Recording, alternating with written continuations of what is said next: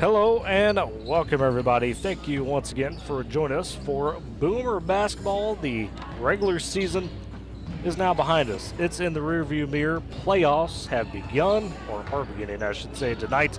And the goal is simple. Everybody's record resets. It's nothing in terms of that wins and loss column. The records from the regular season still remain.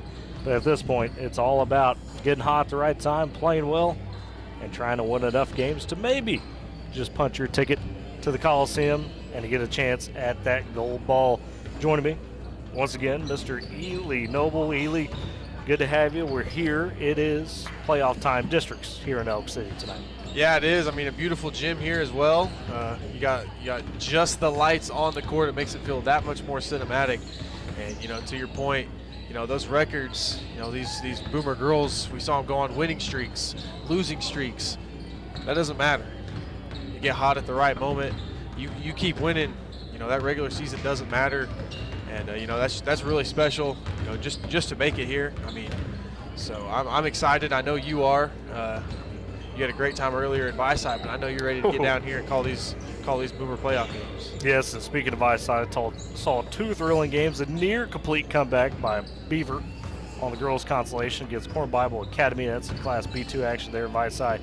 And then the Buffalo boys at just 12-16 make area for the first time in at least, I think, 10 years, if not further. So the girls playing tonight against Leedy there. And Michael Barnes, Chris Eubank will have the coverage coming up shortly at 6 o'clock on the K101 side. And then following that, part 3, Leedy, Viside on the boys' side. What a fantastic game that will be over there on K101. Kind of jealous of them, not to say I don't want to be here for the Boomers, but me and you both junkies of basketball. You love to see good competition. Yeah, good competition. Viside and Leedy, not only two teams that are very high level basketball, two good coaches, but they've both been really good, for many years. They've both played each other, been some close game many years. When I was in high school over there in Woodward at the Oil Center Classic, it was always Viside, Leedy, or Shattuck right there in that championship game. So, both teams kind of trying to compete. Both teams going to go to area, but both teams trying to get on that winner side. So, that's going to be a good one. You say jealous, I think that's a good word. Yeah, and you mentioned Viside, have maybe not quite the tradition Leedy has, but they've been pretty good for a minute now. And the fact that they feel like this is their best team. This is the highest ranking they've had in forever. They've had some good talent, but it's really come together now as a unit. Coach Terrell in his first season over there doing some good work. And then Coach Carper, the mainstay at Leedy. I mean, and we know every single year they're going to have players, and they've done that again this year. Those Buffalo girls, talked to Coach Nelson earlier, he told them after they beat Corn Bible, number 12 there, to get to this spot tonight, that, hey, we figured out how to win now. We're ready to go. So they're not afraid of nothing. Leedy, though, going to be a very tall task on the girls' side. But what does it mean for Woodward here, though, at Elk City with these districts? Remember, nobody eliminated tonight. If you win, you go on to play Tuesday night against the winner of the Weatherford and Clinton district. And then if you lose, you'll play Thursday night in the Weatherford Regional against the loser of the Weatherford-Clinton district. We assume, based off the records on paper, you think Weatherford wins both those contests tonight. Anything could happen, but you assume that's who you wind up playing. And for the Boomer girls, a chance here to try to get off the snide. I mean, this is a team that comes in at 8-16 to finish their regular season, lost 8 straight. But again, we saw so many good moments of growth for this team. You look at those last 3 games, especially against Alva, against Garden City and Anadarko, all ranked teams in their respective classes, good ranked teams. Alva, you're right there. You're ahead by 1 senior night last Friday. And then there was a 20-4 run at the end that pulled them ahead. You go to Garden City the next day, you're groggy. You had a late night. Doesn't matter. You're fighting. You're leading that late. Garden City puts together enough to come over the top of that one, 43-39. And then Tuesday, on the road again against Anadarko, you got, serious situation going on with the Wildfires. You're trying to play, stay in the moment. And you give that Anadarko team, who had lost to at the beginning of the year by 20, I mean, you're right there with them step for step until the very end. Then Anadarko got enough to just be able to pull away. So it's a girls team that is confident but knows they've still got to just get a little bit more to be able to beat the good teams. Yeah, and we've seen them beat the good teams. they clearly have the potential to do so. It's just been that fourth quarter kind of been a kryptonite, for these girls really all season long. There for a while, you got to take out, our X factor of the team. Kaylee Mills missed a stretch of games as well. So these girls got the potential to, come in here and get an upset per se. Elk City obviously going to be favorited in this game, but the Boomer girls, they've shown time and time again they can get it done, but they've showed time and time again they've got some stretches of basketball they need to not take for granted. This Elk City team is a squad they've ran into twice on the season. The girls, first game, 53-36. Elk City took the win there. Kaz Ulrich, big part of that. Then you get later in the season, the retry, if you will, here in Elk City just a few weeks ago. That one on February 2nd. Elk City pulls away in that second half, but obviously Kaylee Mills now back in the fold as we talked about. That was not the case when we were playing against Elk City in that second try. That being said, this is an Elk City team we've talked about throughout the year. They're scrappy, they're tough, and they're one of those squads that when they play to their potential, they can hang with anybody. Yeah, and they play together. This is one team. I remember doing this game, very first one of the year. I wasn't there for the second one, but this team, they do not struggle with chemistry. They know each other very well. They play off each other amazingly. They share the basketball, and then on defense, they're just sound. They don't do nothing, super intense, but they're good at reacting. They're always in the passing lane. It's a scrappy squad. So Mason Jones, he's got these girls, tuned up. So it's gonna be a good one, and I'm excited. Yeah, it's another battle of Jones. Mason Jones, obviously from Southwestern Oklahoma State, fresh in her career on the coaching side, and then taking on the Jones Squared on the Boomer side with Nathan and Casey, and then, of course, assistant coach Chandler Breyer as well. For the Boomer boys, updated storyline there. Honestly, first of the year, you had faced Elk City, didn't get to complete that game due to that medical event. Took care of them the second time around when you were up here in the Pioneer Center. They were a little scrappy, but you were able to pull away, do what you needed to do there. Us kicked off a 5-game winning streak that went up here on February 2nd. You lost to Anadarko 55-51 to close the regular season, so you come in at 16-8. But as we've learned coming into tonight, we know for sure tonight and maybe going forward, you're going to be without Jake Graff, Cole Reed, Crosby Reed, and Austin Rowland for this postseason. Obviously with Crosby and Austin, guys that not necessarily getting a ton of time, so you're not as worried about that, but you're going to lose 2 of your 7 that have been solidly in the rotation. Now, we likely will expect a Gage Hutchins, Caden Gaines, Luke Talley, Grayson Roach, and Aaron Laredo starting 5. And then the question becomes, well, okay, who's going to contribute off the bench? Yeah, and we've seen, it's a question that we don't know what the answer is to, but we've seen, Treese, he's played sparingly, in minutes that matter in these basketball games, and he's done all right. Jesse Treese, an athletic kid, can really get it done on the defensive end, but it's tough for that to happen to a squad, and then you got to find somebody to just kind of throw out there in such a meaningful time and get it done on the offensive end. Defense isn't really a big worry because they're jittery, might be playing better defense out there, but on the offensive end it's a struggle. So you got to kind of tip your hats to the kids that are going to get thrown in there tonight. Well, and we also look to a senior like Dawson Heckert, who we know has kind of been the 8th man, if you will, when it's come to those situations, getting some of those minutes. He's a senior. He's likes playing with guys like Gage and Aaron, so we know maybe you rely on him all of a sudden. And then I looked at a couple of freshmen, guys that have been popping on the JV side when it comes to Colton Bowers and Kason Clevenger. Heard a lot of good things about both of those guys. We've seen them sparingly on the varsity side, and you mentioned Jesse Treese. Well, obviously going to get the look. But those 4 guys, Heckert, Bowers, Clevenger, and Treese, likely going to be the candidates off the bench. We'll find out, obviously, when the game comes, but you mentioned the JV games. We always get to see the tail end or even, most of that boys JV game when we're getting ready for the varsity. And Cole Bowers he's impressed me in just about every contest. He's super sound. He doesn't get sped up. He's got a good stroke. Defense, he's just a smart kid. So if he does get, kid's a freshman. So if he does get the nod, we'll be rooting for him for sure. About 10 minutes away from game time here in Elk City. It's district action coming up. We'll step aside for our first break, come back, start breaking down the X's and O's between the Boomers and the Elkettes. First game up. It's Boomer Basketball on Z92 and Boomer TV. Supporting communities in every way, Feeling State Bank is thrilled to bring hometown banking closer to you with a brand new branch in Woodward. Welcome! Now offering full-service banking close to home, from personal checking and savings to home and commercial loans, Feeling State Bank has you covered. Enjoy the convenience of mobile and online banking, wire transfers, and so much more. Feeling State Bank, your trusted partner in Woodward. Come visit at 2314 Williams Avenue and experience hometown banking at its best. Keep your home safe and secure with Arlo Secure from Pioneer. Our battery-operated doorbell cameras and solar-powered outdoor cameras make it easier than ever to protect your home. Enjoy 2K video resolution and instant alerts day or night, starting at just $15 a month. Visit GoPioneer.com today and enjoy peace of mind with Arlo Secure.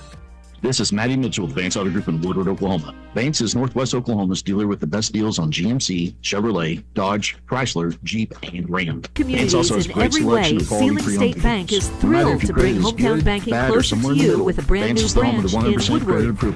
And we almost always beat now your bank. offering full-service banking close to home, from personal checking and savings to home and commercial loans. Feeling State Bank has you covered. Enjoy the convenience of mobile and online banking, wire transfers, and so much more. Feeling State Bank, your trusted partner in Woodward. Come visit at 2314 Williams Avenue and experience hometown banking at its best. Materials such as stainless, aluminum, 4-inch to 12-inch PVC pipes and fittings, and so much more. If you're in the shop or out in the field and in need of fabrication materials, don't hesitate to pick up the phone and call 580-324-8005 to talk with the staff, or visit the shop Monday through Friday, 8 a.m. to 5 p.m. at 210 48th Street in Woodward. Woodward Steel, your trusted tri-state leader in steel.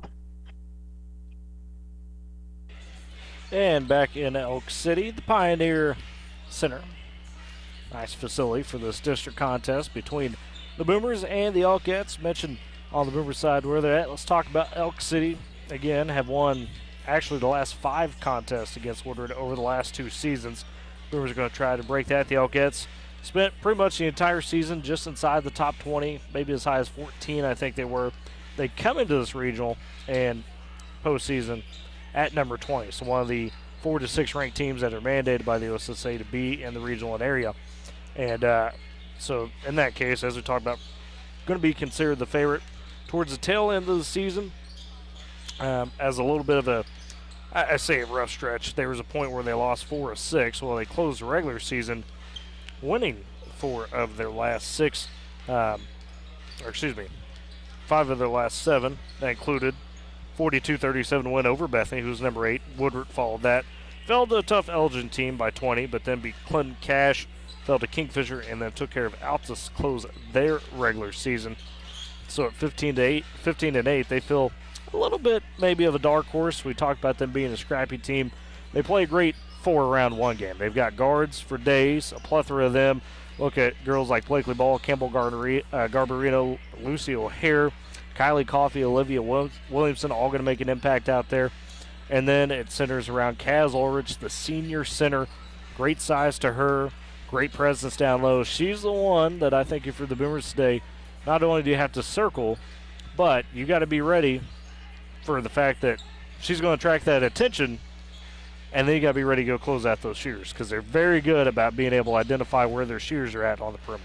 Yeah, absolutely. Ulrich is she's a very smart player. You mentioned, keying on her, and that's a great game plan. But you also got to be ready for the senior to be able to dish it out. And we've seen snippets of that there in that first game. That's kind of how Elk City got their lead built in that fourth quarter, and that third quarter was hitting shots from the perimeter, and those Ulrich got credited with a lot of those assists. So I would have to say that Coach Jones, Nathan's going to have that sorted out with his girls and ready to go because they've played twice already this season. You're going to give that familiarity, so Elk City knows kind of what you're about, right? And for the Boomers, it's going to be a question of, can you not only deal with that physicality of the Elk City guards, can you find a way to string together possessions and baskets? Because I think in the 2 matchups this season, Ely, with these teams, that's been kind of the defining factor. The Elk City has been able to generate enough chaos at every point Woodward earns against them is indeed earned. It's not easy. Nothing's flowing. So can you find a way to get into that flow if you're the Boomers? I think that tonight is probably going to be the biggest keys. Yeah, I completely agree, and I think something you reminded me of when you were talking was the Boomers sometimes go on stretches where they have a lot of dry possessions where, no shot is created or anything like that. They go on, minutes where they don't get a quality look, and sometimes that can really hurt your team and hurt your mentality on offense. So I think you need to try to take your time. Obviously, it looks like shot clock is going to be in effect tonight as I see it right now. So that'd be interesting. I actually think I don't think that's going to be the case because I don't think for the OSSAA postseason they're allowing the shot clock. You don't think they're allowing it? No, I don't think they do. I'd be surprised if they do allow that because I think that was part of the agreement. Could do it in the regular season because it's on a trial run this year. But you're right, they do got it lit up. So, but I think last time we were here they just left it at 35. At 35, if I'm not mistaken. So we'll make sure that is the case tonight. I do want to update some things elsewhere in Boomer Athletics. Had a few indoor state qualifiers that were competing today in Norman. Waiting updates on that bunch, led by Cole Reed, but we have a few others as well. Or not Cole Reed, excuse me. Colt Moore. And then wrestling, they were at regionals today, yesterday and today in Tuttle. And the boys were taking their turn there and get some updates from Coach Jared Weatherhead. Caden Gibson, Mason Arnold going for 5th and 6th. Caden Gibson, a state qualifier, plays 5th with a pin. Mason Arnold, also a state qualifier.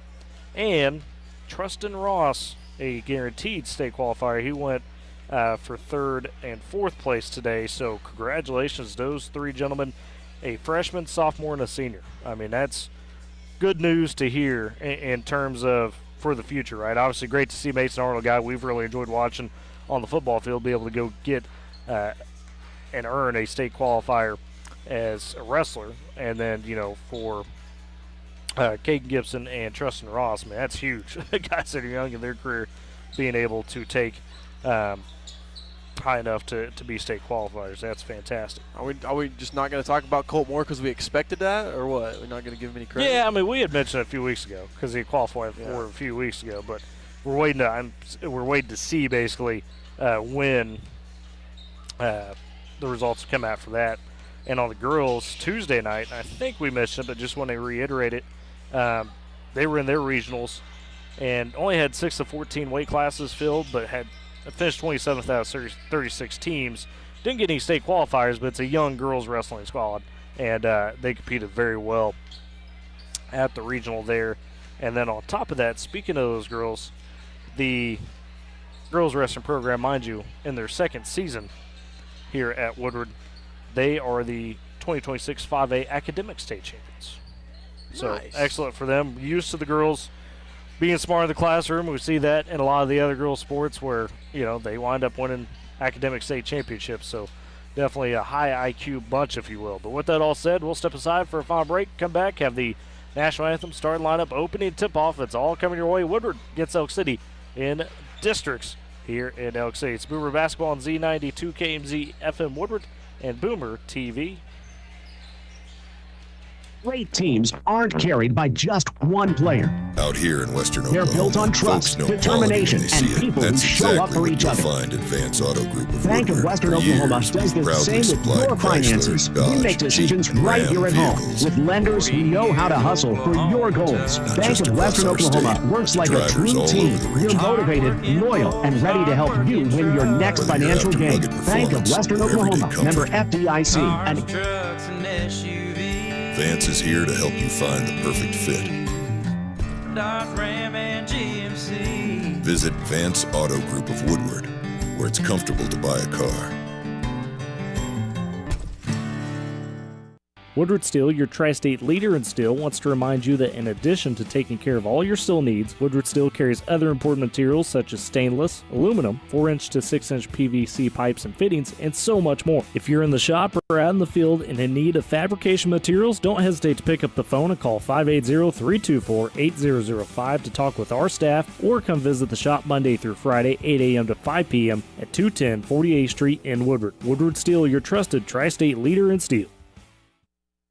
nothing like being from Western Oklahoma. It's family and community. It's spring storms and winter wheat. It's fall football and summer baseball. And there's one bank that really understands our area. Bank of Western Oklahoma. We've been locally owned from the beginning, and we still are. When you need a bank that understands your unique life, choose Bank of Western Oklahoma, the bank that works as hard as you do. Member FDIC, an equal housing lender.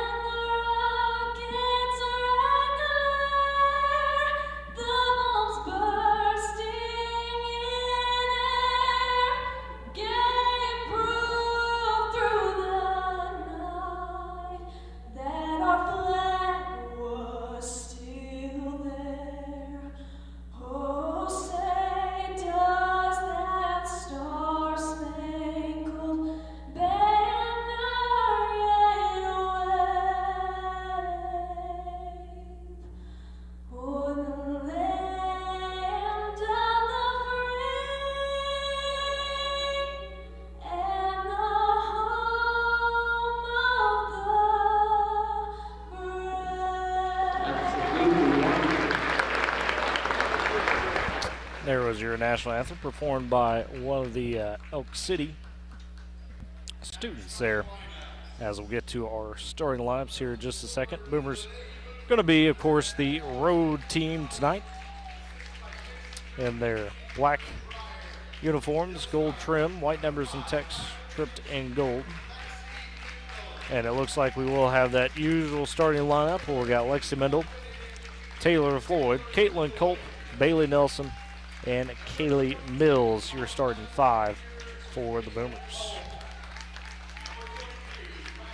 And of course, Lexi Mendel over 1,000 career points right near the end of regular season, so comes in leading the Boomers, just over 16 points per game on the year. And then for the Elk City Elkettes, the home team tonight, they're in the white uniforms, brown numbers and text, brown trim as well.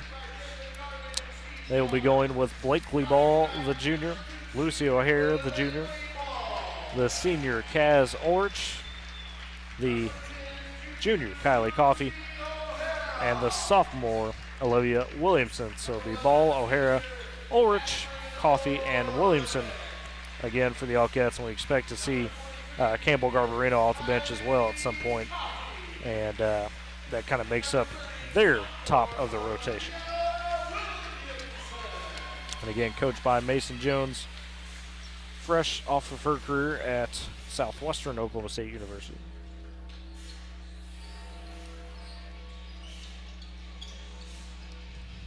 And Mr. Noble is going to have the jitters right now. Once again our play-by-play tonight. So a lot of pressure on you, Ely. It's big time. You gotta match it here. Well, Elk City, Oklahoma Pioneer Center, just a couple seconds away from playoff basketball for your Woodward Boomers. Boomers, obviously, as Tyler mentioned, in the all-black, gold lettering, gold numbers, excuse me, not lettering. And then white numbers. You're right. You gotta get you some glasses. Boomers going right to left. Elk City going left to right. Elk City controls the tip, that being O'Hara, who crosses the timeline for the first possession for the Elkettes. She has the top of the key. Now over to Williamson.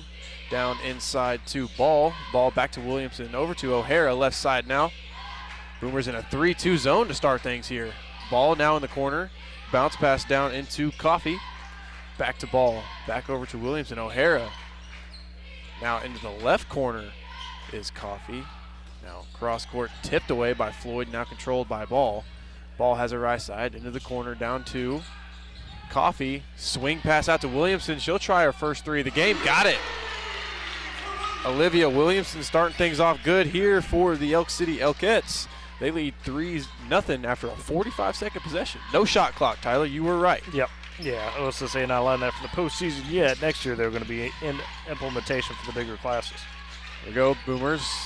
Nelson entry pass down inside to Culp. Culp cross-court pass to Mendel. Mendel thought about a three, now passes outside to Floyd. Back inside Culp. Culp bounce pass Nelson. Nelson one fake, one dribble.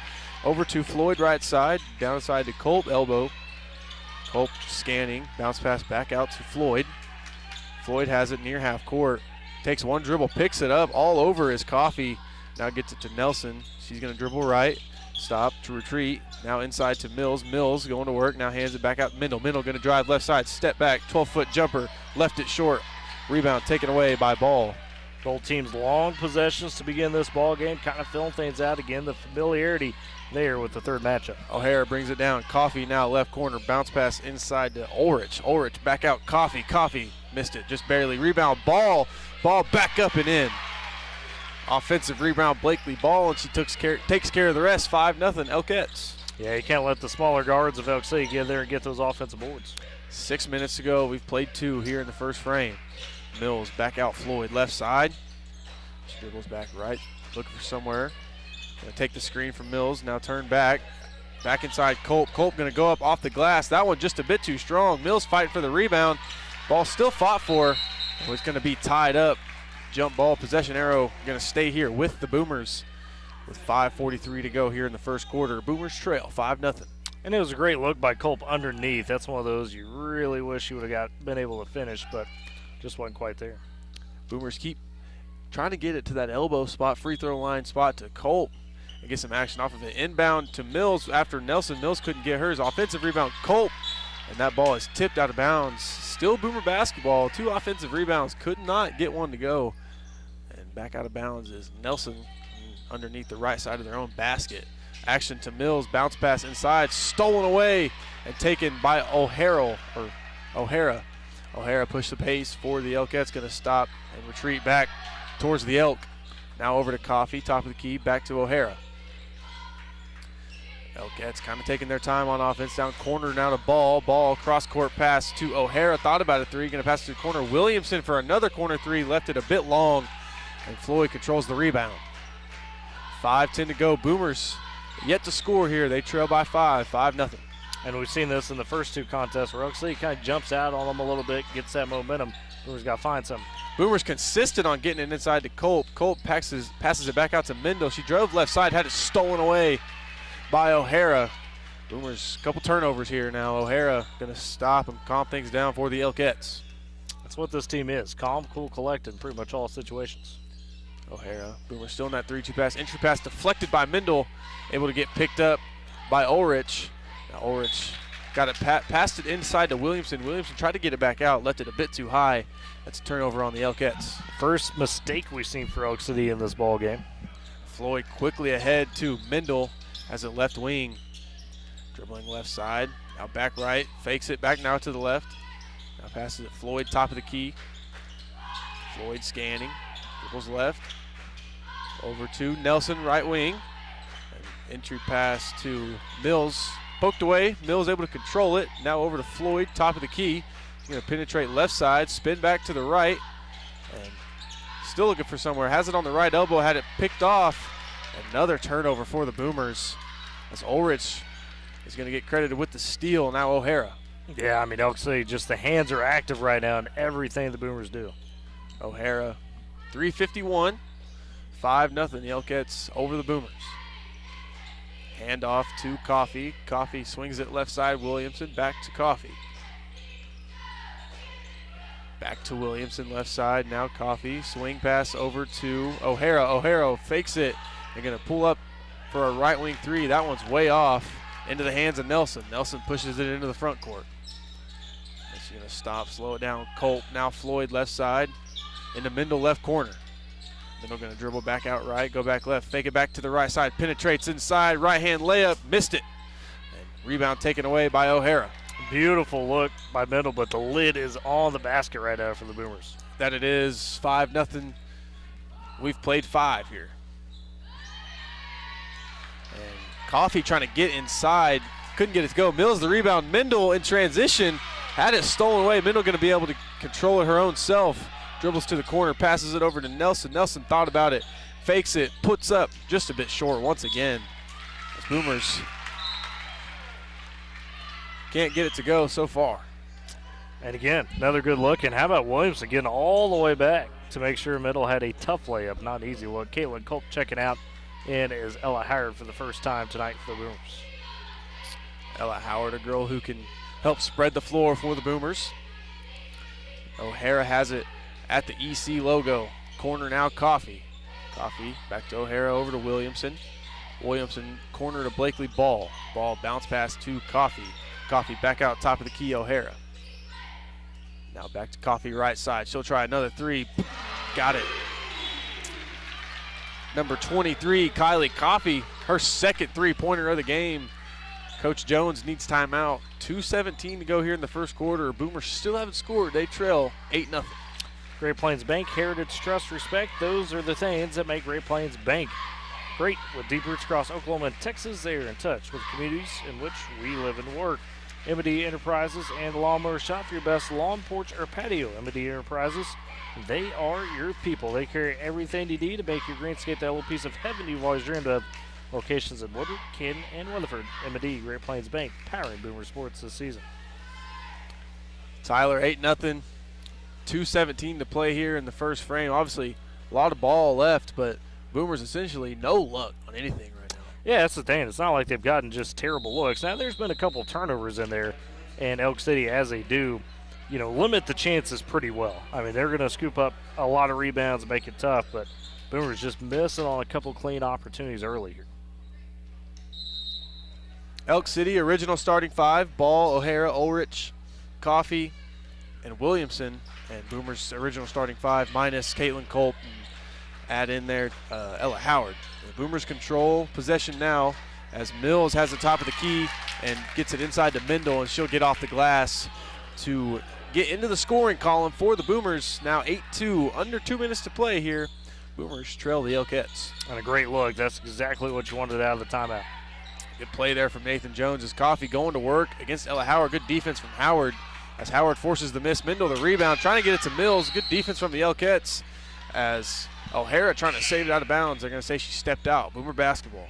Into the game now, Addison Gordon for the Elk City Elkettes as Ulrich going to take a seat here in the first quarter. Interesting. Gordon, the very talented freshman that we saw at Woodward last year, over here in Elk City now, getting her first playoff minutes. Floyd has it now the other way. 1:30 to go. Boomers trail by 6, 8-2. Entry pass Ella Howard. Ella Howard had to swat away by Gordon. Taken by Williamson now to O'Hara. O'Hara crossing the timeline. 1:19 to go. She's going to dribble inside, spin back to the left. Shot fake now outside to Williamson. Williamson back to O'Hara. O'Hara rips. Floater on the way, just a bit short. Offensive rebound, Gordon. Gordon has it stolen away by Mendel. Mendel pushing it in transition. And Mendel penetrates, gets inside, goes up with the left, had it stolen away by Williamson. And we are under a minute to play here in the first quarter. 53 now seconds. O'Hara has it near half court. You're going to play last shot, it seems. No shot clock, why not, right? Just control the advantage. Hold for the momentum. O'Hara, left side, had her pass stolen away by Mills. Mills has it, no numbers, goes all the way inside on her own and draws the foul on Williamson. Good play there from Kaylee Mills. Great job by Kaylee. Ely, that is her first foul called of the game with just 34 seconds left in the first quarter. They will tag Olivia Williamson with the foul. Mills' first free throw rattles in to make it just a 5-point deficit, 8-3, 34.5 to go here. That's the two you want to get going, though, Lexi Middle, Kaylee Mills. Absolutely. As Kaylee Mills, her second free throw, toilet bowls out. We approach 30 seconds to go here in quarter number one. Tyler mentioned hardly any stoppages of play here, but a quick one. O'Hara brings it across for Elk City and just throws it away as if she threw it a better pass. Nelson gets a free layup on the other end, but she throws it out of bounds. Yeah, kind of fortuitous for Elk City. You don't say a turnover is ever fortunate, but in that one, to your point, kind of was. Number 12, Reagan Holen, now into the game for the Elkettes. 18 seconds to go. Mendel right corner for the Boomers, going to rip right side, dribble into the baseline, passes it outside to Howard, just a bit too much in front of Ella Howard. The Elkett's going to get it back. 10.6 to go here in the first quarter. And it was a decent take by Lexi, but unfortunately got herself to a point where there really was not much she could do. Coffee crosses his half court. 3 seconds now to ball. Ball goes up with the layup. That one won't go. 1 second, and that's going to be the end of the first quarter. Your Boomers trail by 5, 8-3. Second quarter on the way after this. You are listening to Boomer Basketball on Z92 and Boomer TV. Supporting communities in every way, Felix State moves fast, and you deserve internet that keeps up. Say hello to Pioneer Fiber Internet with blazing fast gig fiber speeds designed for the way you live, work, and play. From ultra-smooth streaming and lag-free gaming to lightning-fast downloads and crystal-clear video calls, Gig Fiber gives you the speed and reliability to do it all. Ready to upgrade your internet experience? Visit gopioneer.com to sign up today.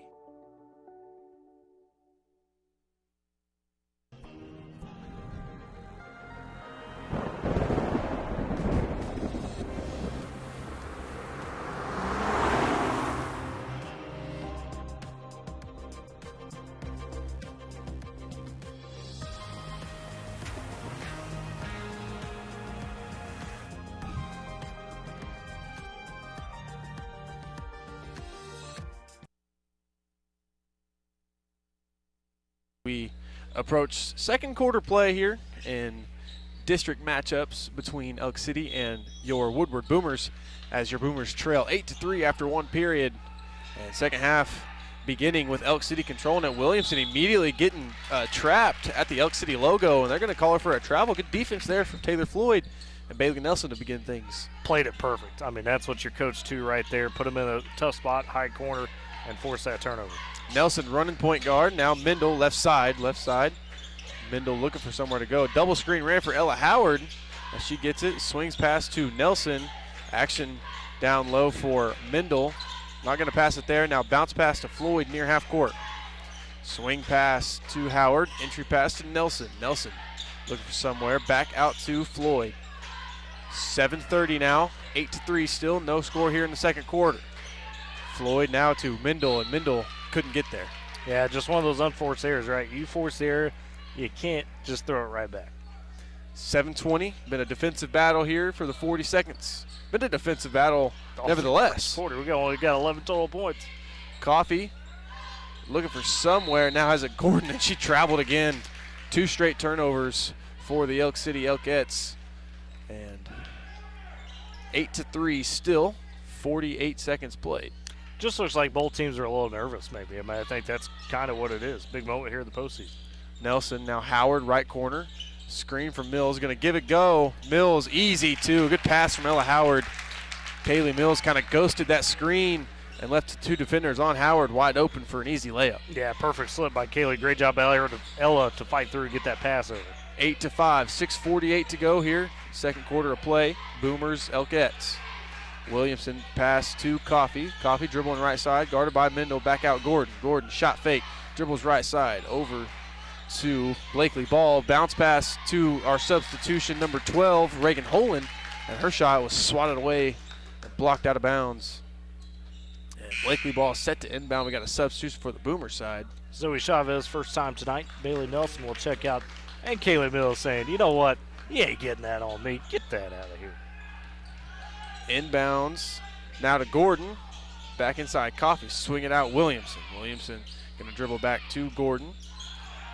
Addison getting pressed by Chavez, and we got a timeout taken by Mason Jones. Yeah, she didn't like what was going on there for her Elkettes. Great job by Ella Howard to make sure Addison Gordon was in a little bit of trouble. Smith & Co. Auction and Realty. They are Oklahoma's real estate and land auction experts. Smith & Co. is your top choice for all your land auctions and real estate needs.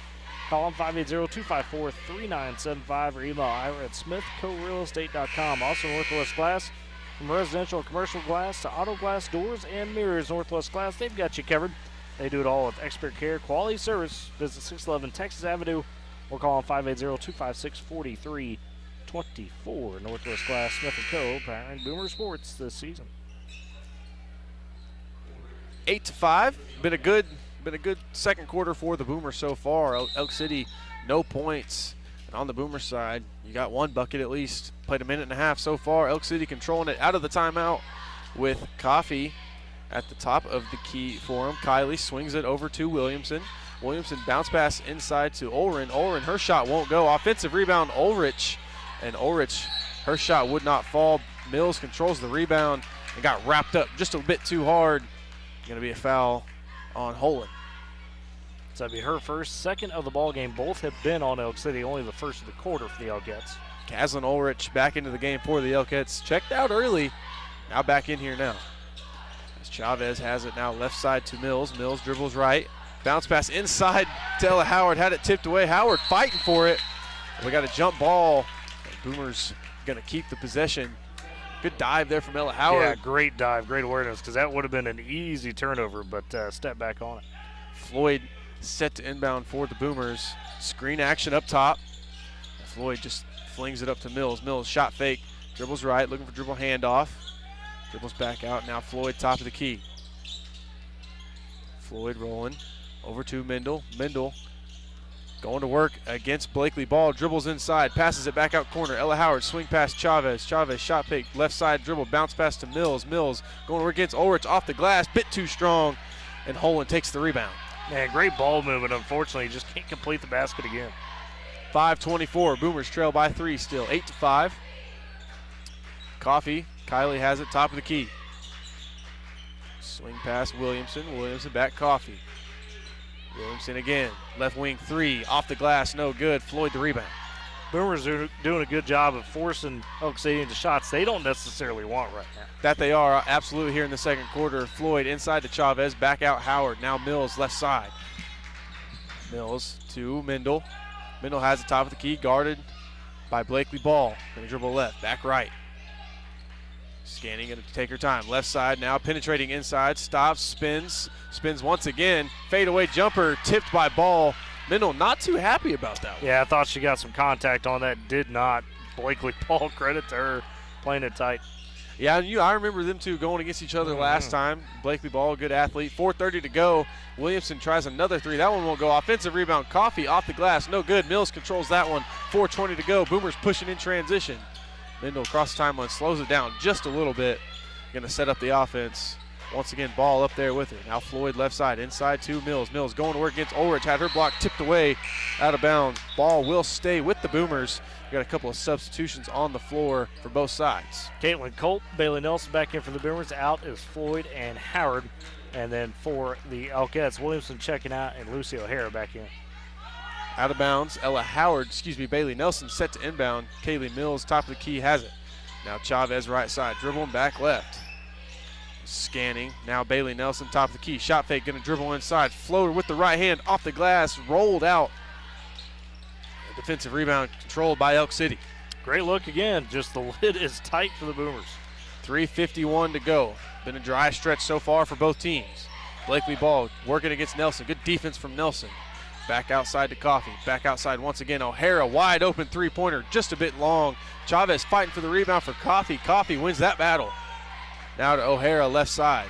Swing pass Coffee once again for three. That one off left, and ball falls right into the hands of O'Hara. Once again, her shot won't go. Mills controls the rebound. Now to Chavez. Good defense. 3:22 to go here in the first half. 8-5, your Boomers trailing by 3. Both these teams are going, what do we got to do to get a basket? And I'm wondering the same thing. Now Mendel has a corner, step inside, 12-foot jumper, got it. Lexi Mendel answered our prayers. Now 8-7, 3:08 to go. Boomers only down by 1. I mean, it is a rock fight, and if you're Woodward right now, you're okay with that. Yep, you're starting to win the momentum on it. O'Hara inside to Ulrich. Ulrich going to work against Colt. Now back outside O'Hara, shot fake. They're going to say she traveled, and that back foot did leave the ground. And again, Woodward's doing a really good job, late first quarter into this quarter, of just making Elk City think about everything. There's nothing easy right now, giving Elk City a little taste of their own best. Yeah, absolutely. And right now, if you're Coach Jones thinking about Zoe Chavez, she's played great with her minutes so far in this game, playing good defense, being the point guard. Speaking of her, gets inside, shoots a 15-footer, just a bit short, fighting for the rebound, Colt, and she gets fouled and go to the line. That foul going to be credited to Reagan Holland, as kind of got into the back. Caitlin Culp, good rebound there. And I like the confidence from Chavez to pull that 15-footer. Second by Holland, second by Holland, second of the quarter for Elk City. And yeah, Chavez, great look. Good follow by Caitlin Culp to make sure she had a chance at, trying to get some points out of that. Misses the first free throw, though. Chavez out. Well-earned rest for her. Ella Howard back in. 8-7. Boomers can tie it here with a free throw. Culp's free throw ties it. 8-all. 2:39 to go here in the first half. Boomers fighting. Elk City bringing it. Now O'Hara. O'Hara over to Gordon. Gordon dribbles back left side. Gets to O'Hara once again. O'Hara right. Now top of the key to Coffey. Down into the corner, Blakely Ball. Ball back outside O'Hara. Top of the key, thought about it, swings it instead. Coffey now back to O'Hara. O'Hara inside to Ulrich. Ulrich takes one dribble, bounce pass, Gordon, right corner three. Way strong. And jumping over the back of Ella Howard is Blakely Ball for a loose ball foul. Going to be on ball. Was, and thought she had the rebound, but they say no, sir. As First Ella on Howard her, third of the quarter on Elk City. working to get that rebound, gets the foul call in favor of the Boomers. Now 2 minutes to go. 8-all. Culp has it inside over Ulrich. Ulrich blocks the first one. Culp gets the rebound, fighting for it, gets it back outside. Mendel swing past Floyd. Floyd going to try a three-pointer, just a bit too strong. Gordon controlling the rebound. Love the confidence by Culp to try to go up with it, but Kaz Ulrich just too tough down low. That she is. Now Ulrich has it inside. Back out O'Hara. Corner three-pointer way off. Blakely Ball, the rebound, goes back up, and Floyd got her on the forearm. And Blakely Ball going to get a chance to get Elk City's first points of the quarter. And that's only the first foul on the Boomers in the ball game. First of the quarter, obviously, charged to Floyd. Ball's first free throw does drop through. Elk City back on top, 9-8. Kaylee Mills is going to check back in. Minute 41 to go here in the first half. And who will she check out? Caitlin Culp coming out. So it's going to be Howard, Mills, Floyd, Nelson, and Mendel the 5. And for the Elk City, it is Lucy O'Hara, Addison Gordon, Kazlyn Ulrich, Blakely Ball, and Kylie Coffey. 10-8. Second free throw did drop through for Ball. Minute 35 to go. Floyd tried to get it to Mendel, and that pass was tipped away by Lucy O'Hara. Minute 33. Boomers trail by 2, 10-8. Set to inbound to the left side of the scorer's table is Bailey Nelson. Into the backcourt to Lexi Mendel. Now under a minute 30. Now left side to Kaylee Mills. Kaylee Mills scanning. Going to dribble back right. Now to Floyd. Floyd down back to Nelson. Nelson dribbles right. Looking to get it to Mills. Ulrich denying. Now to Floyd once again. Floyd going to dribble left side. Spin it back right. Floyd still scanning. Going to dribble left side. Gets inside. Off the glass. Had to swat it away by Ulrich. Man, it was a great take because the baseline was open, but Kaz Ulrich again just step it up and get it out of there. Under a minute to play now, 10-8. Elk City over the Boomers, 55 seconds to go. Blakely Ball has it in the corner, going to dribble in, stop, pop, no good. Offensive rebound, Ulrich fighting for it is Ella Howard. We're going to have a jump ball. We're going to stay with the Elkettes, though. And Ella Howard, man, I mean. Working hard down there. We talk about there's some people that just think they're 6'8". She's one of them. She does not care. Inbound, O'Hara to Ulrich. Back to O'Hara, top of the key, dribbling right side. Good defense from Taylor Floyd. Now to Coffey, bounce pass to Gordon. Gordon dribbling left side, spins it back out. Bounce pass to Coffey, back to Gordon. Gordon gets it inside to Ulrich. Fighting is Kaylee Mills. Ulrich able to get position and get a free lane to the basket. 12-8 now. Elk City back on top by 4. 25 seconds to go. Yeah, Kaylee tried to sell out for the steal, but to no avail. Right wing Floyd. Now to Kaylee Mills. She'll try a three-pointer. Way off. And now 15 seconds to go. Final possession here for the Elkettes. They lead the Boomers 12-8. Inbound to O'Hara, now 12 seconds. She crosses half court down to 10. Coffey now has it 8. Bounce pass to Gordon, stops, fakes it, off the glass, got it. 14-8, and that's gonna do it here in the first half at the Pioneer Center. It's district play. We got the second half coming up. You're listening to Boomer Basketball on Z92 and Boomer TV. Communities in every way, Sealing State Bank is thrilled to bring hometown banking closer to you with a brand new branch in Woodward.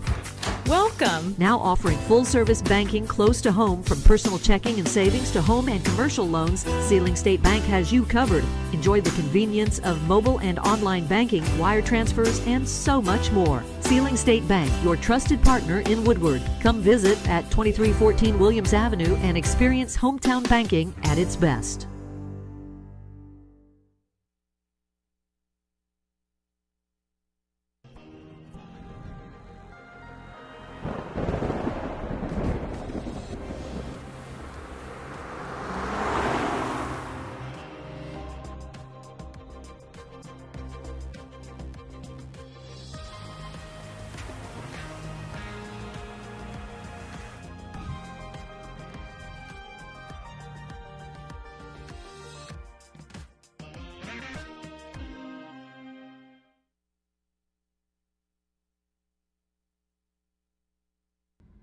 Having insurance isn't the same as having State Farm. It's like getting Bateman when you need Batman. Stop. Whoa, cat lady. Time out. Nice fanny bag. Thank you. Rude. Don't settle for just any insurance when there's State Farm.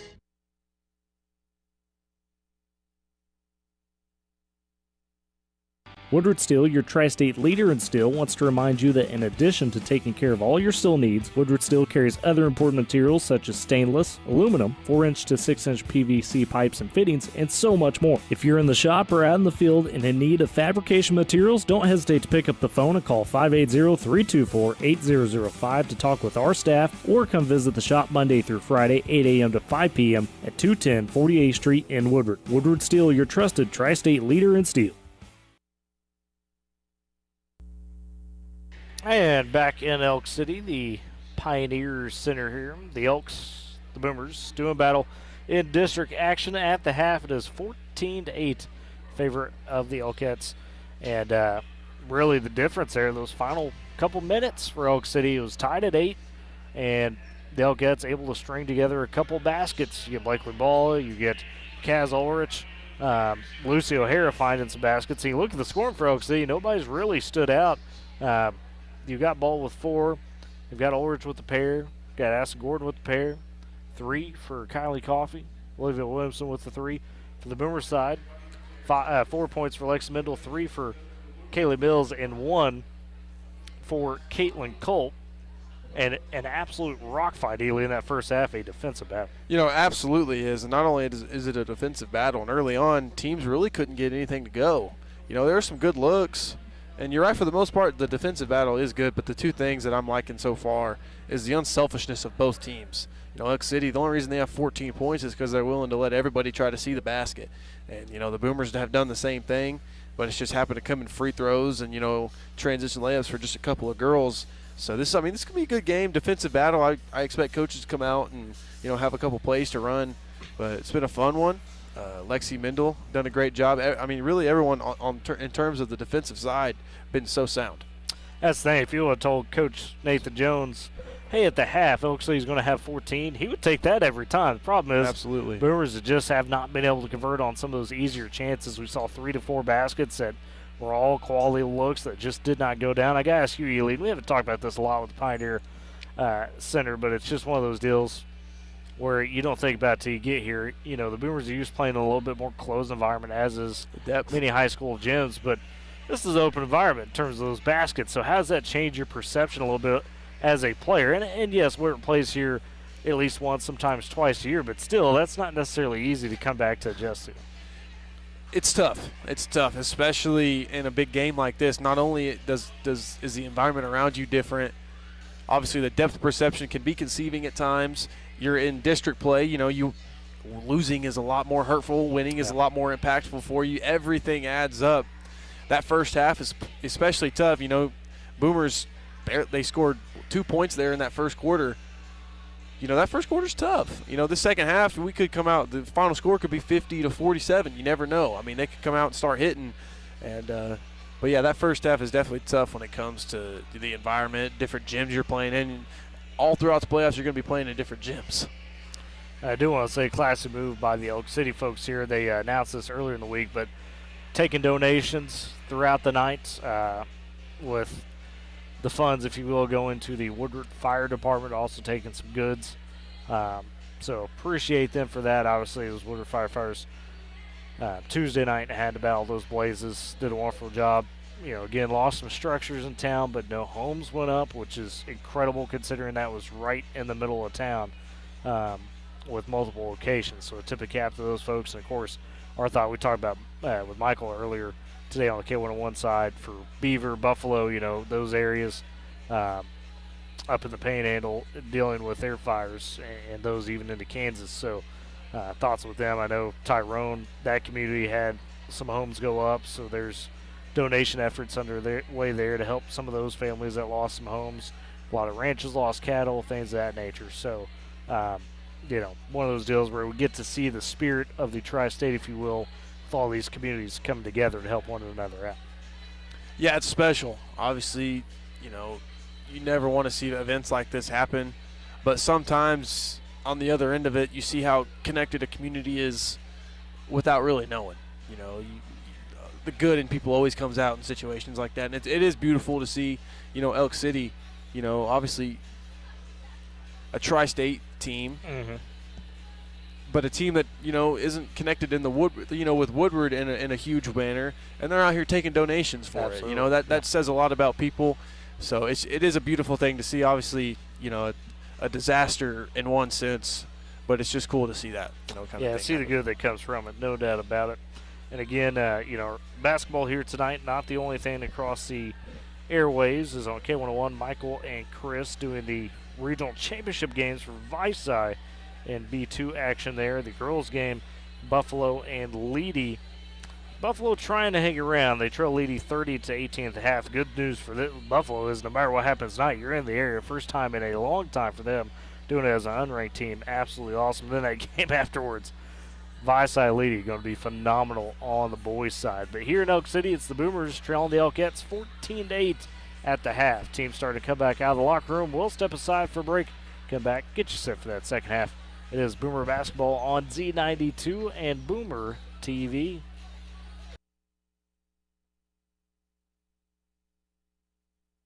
Woodward Steel, your tri-state leader in steel, wants to remind you that in addition to taking care of all your steel needs, Woodward Steel carries other important materials such as stainless, aluminum, 4-inch to 6-inch PVC pipes and fittings, and so much more. If you're in the shop or out in the field and in need of fabrication materials, don't hesitate to pick up the phone and call 580-324-8005 to talk with our staff, or come visit the shop Monday through Friday, 8 a.m. to 5 p.m. at 210 48th Street in Woodward. Woodward Steel, your trusted tri-state leader in steel.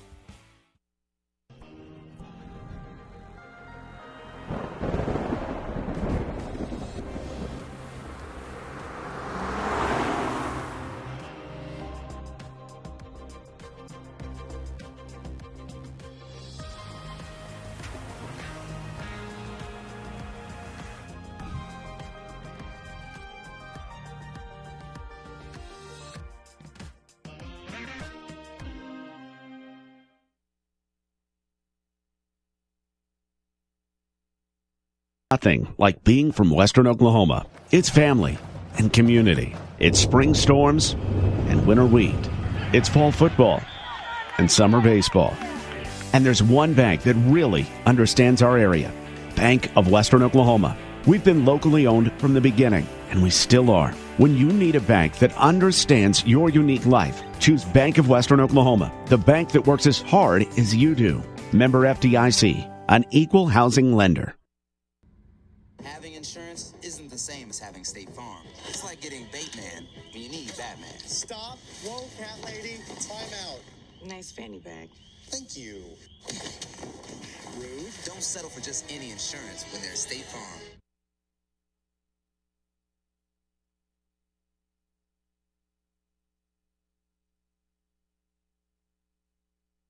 In Elk City, a mere 30 seconds away from second half play. Remember, Boomers only 8 points there in that first half, but only allowed Elk City to score 14. And tie there in that second quarter, 6-6, as Elk City scored all 6 of their points in the final 2 minutes. And the Boomers going left to right in this half. Elk City going right to left in front of us. We're up top behind the scorers table. It is Nelson, Floyd, Mendel, Mills, and Culp, the 5 for the Boomers. That starting lineup. Mendel controls the inbound for the Boomers to begin things. Now Mills to Floyd, left side. Dribble handoff with Nelson. Nelson inside to Mills. Mills had it poked away. Now outside Mendel. Mendel thought about a three. Going to dribble left. Spin back to the right. Off the glass. Foul. Lucy O'Hara got her on the elbow. Mendel going to go to the line. 18 seconds into the second half. Excuse me. Great attack by Lexi on there. Good control. Would have loved to get the and one, but hey, you'll take free throws regardless. That you will. Mendel's first free throw rattles out. Had a couple of those missed tonight. It's unfortunate. Lexi Mendel, the senior. Her second free throw also misses. Nelson with the offensive rebound, though. Good hustle from Nelson. Back to Mendel. Nelson gets the Boomers yet another possession. Nelson now has it top of the key. Inside to Culp, free throw line. Scanning, surveying. Looking to get it to Mendel. Bounce pass does get it to her finally. Now Mendel right side over to Nelson. Nelson to Floyd. Elk City logo. Floyd back to Nelson, left side. Nelson inside to Mills. Mills dribbles, picks it up, hands it to Lucy O'Hara. O'Hara in transition, 2-on-1, up off the glass, fouled by Bailey Nelson. So turnover leading to potential points for Elk City. That's what makes this Elk City team so tough. All the guards, very heady, very high IQ in terms of the basketball side of things, and oftentimes reading where things are going very quickly. As O'Hara's first free throw drops home, now 15-8, a minute into this second half. As her second free throw is good, Elk City double over Woodward, 16-8, 7:05 to go here in quarter number 3. Nelson across the timeline now. Mendel inside to Mills. Mills had it poked away, but Blakely Ball got a little too into it with the hands. Blakely Ball gonna get her second foul of the game, her team's second. Inbounds, Mendel to Mills. Now back to Mendel, left corner. And she hits a three, so now 16-11. 6:50 to go here in the third quarter. Big shot there from Mendel. Yeah, nice confident take on the three. She's got 7 of the 11 for the Boomers. Back we go the other way. Ball, bounce pass outside O'Hara. O'Hara dribbles left over to Williamson. Williamson into the corner to Coffey. Coffey left corner, back to Ball. Ball now O'Hara. O'Hara dribbles right side, guarded by Nelson, spins back. Now Coffey top of the key, dribbles inside, splits the double team, up off the glass for an easy two. Now 18-11, 6:22 to go. Third quarter, Floyd now to Nelson. Nelson inside Culp. Culp back out Kaylee Mills. Now left side to Mendel. Mendel thinking about it. Gonna dribble right, back left, gets an easy layup. No, swatted away by Ulrich once again. Ulrich seemingly she's got coming out of nowhere. I got her for 5 blocks thus far. She has been an absolute force. I mean, she had me. I had already said Mendel easy layup. Ulrich said nope. Coffey left wing. Top of the key now O'Hara. O'Hara right side, Ball. Ball bounce pass inside Ulrich. Ulrich spins back, now Ball right wing. Looking to get it back to Ulrich. Swings it out Williamson. Williamson back Ball. Bounce pass inside, poked away by Culp. Controlled by Mendel. Turnover, Elk City. 5:30, Floyd wide open. Gonna pump fake. Thought about penetrate. Now back out Mills, top of the key. Mills to Nelson. Nelson takes the screen from Mills, dribbles inside. Right hand floater goes through. Bailey Nelson, tough shot there. Draw the Boomers a bit closer. 18-13. High degree of difficulty, fade away with the hand. Williamson left corner, swings it out to Coffey. Coffey penetrates back Williamson. Williamson, O'Hara now. O'Hara scanning, guarded by Nelson. Bounce pass to Coffey. Coffey dribbles inside, back out Williamson right corner.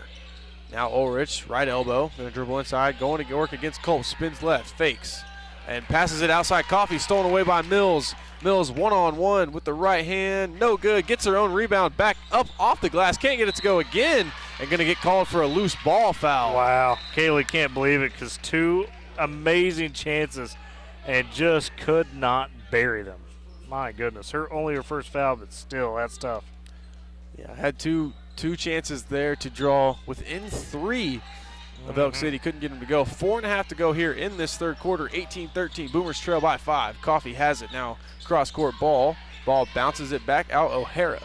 O'Hara Dribbling inside, now right elbow, spins back, spins once again, back out to Coffee, right wing. She's going to dribble inside, almost had it stolen away by Mendel. Gets it out to Williamson. She'll try a three-pointer, no good. Mills fighting for the rebound, but tipped it out. It's going to stay here. Could tell you that score update, Weatherford leads Clinton at the half, 36-18, or at 36-10, excuse me.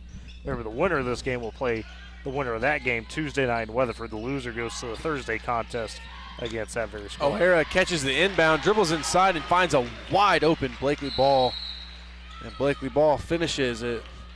And we got a timeout. Coach Jones, 4 minutes to go, 4:03 to be exact. Boomers trail by 7, 20-13 here in the third quarter.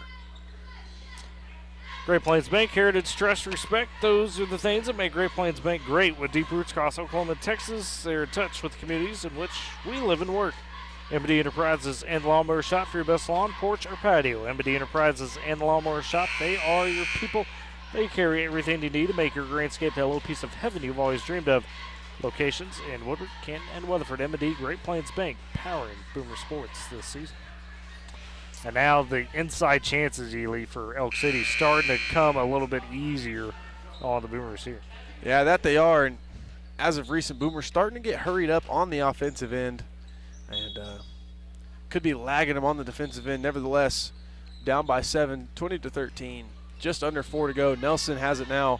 Right side to Mendel. Mendel gets the screen from Culp. Going to take it. Going to stop. Pop a right wing three. Just a bit too long. Rebound fought more by Mills. Poked out to Mendel. Mendel going to dribble inside. Stop. Pop a 15-footer. That one long again. And a loose ball foul going to be called Taylor Floyd. Man, and how about the effort from Kaylee Mills? Poor girl on the floor somehow got it to Lexi, but just cannot complete some of these chances right now if you're the Boomers. And Mills going to get a breather. By the way, that was the second foul on Taylor Floyd, third team foul of the period. 3:39 to go. Boomers still trailing by 7, 20-13. O'Hara now left wing to Coffee. Coffee inside the ball. Tips it up to Ulrich. Ulrich could not get there. And again, another unforced error. Elk City, despite leading by 7, they just have not looked crisp tonight in a lot of instances. That they haven't. Plenty of opportunities they can take advantage of, but leaving the Boomers in it. Still just a 7-point game, 3:22 to go, third quarter. Mendel has it left block, going to go up over ball, gets her own rebound again, and goes back up and is fouled. Mendel going to go back to the line. Way by the senior to stick with it, stay on it, and get that chance. Now, I thank you for Coach Jones' message is, hey, look, girls, we know it's not falling right now, but if you just find a way to get in some rhythm, whichever team does that first here tonight is going to win this game. Mendel, after missing a pair earlier, makes her first one here. She's now up to 8 points. Only just a 6-point deficit now, 3:17 to go, 20-14 as we await Mendel's second free throw. And it's good. So just a 5-point deficit now, 20-15. Lexi had 17 in that loss to Anadarko, already up to 9 here tonight. Left side, Williamson now for Elk City. Inside to number 21, the substitution, Kennedy Wyatt. That pass stolen away. Mendel, a free left-hand layup. And she draws yet another foul. Williamson going to be credited for that one. And Mendel back to the line. That's what you love to see for the Boomers. Keep attacking, get those fouls racked up. Second on Williamson. Fourth of the quarter now on Elk City. One more of the Boomers shooting free throws the rest of the quarter. Mendel's first free throw. Just a bit too long. We've seen that many, many times so far from Mendel. I mean, the ball is literally pinballing off these rims and backboard. Oh. 3:01 to go here, quarter number 3. Mendel, her second free throw is good. Mendel, 3 for 6 from the line. Just a 4-point deficit now. Mendel stringing together some run here for the Boomers. First in double digits in this game with 10. Elk City, O'Hara, now Williamson left side, dribbling left, back right, now O'Hara. O'Hara goes towards the double team, over to Coffee, bounce pass inside the ball, bounce pass to Wyatt, poked away and stolen. Ball fought for, controlled back by Elk City. We're going to have a jump ball, but I believe we're going to be staying here with Elk City. Nevertheless, get that arrow going towards the Boomers side for the next one. Good defensive possession right there so far for the Boomers. Yeah, loving the intensity. You just got to stick with it, right? They're throwing Elk City off their game.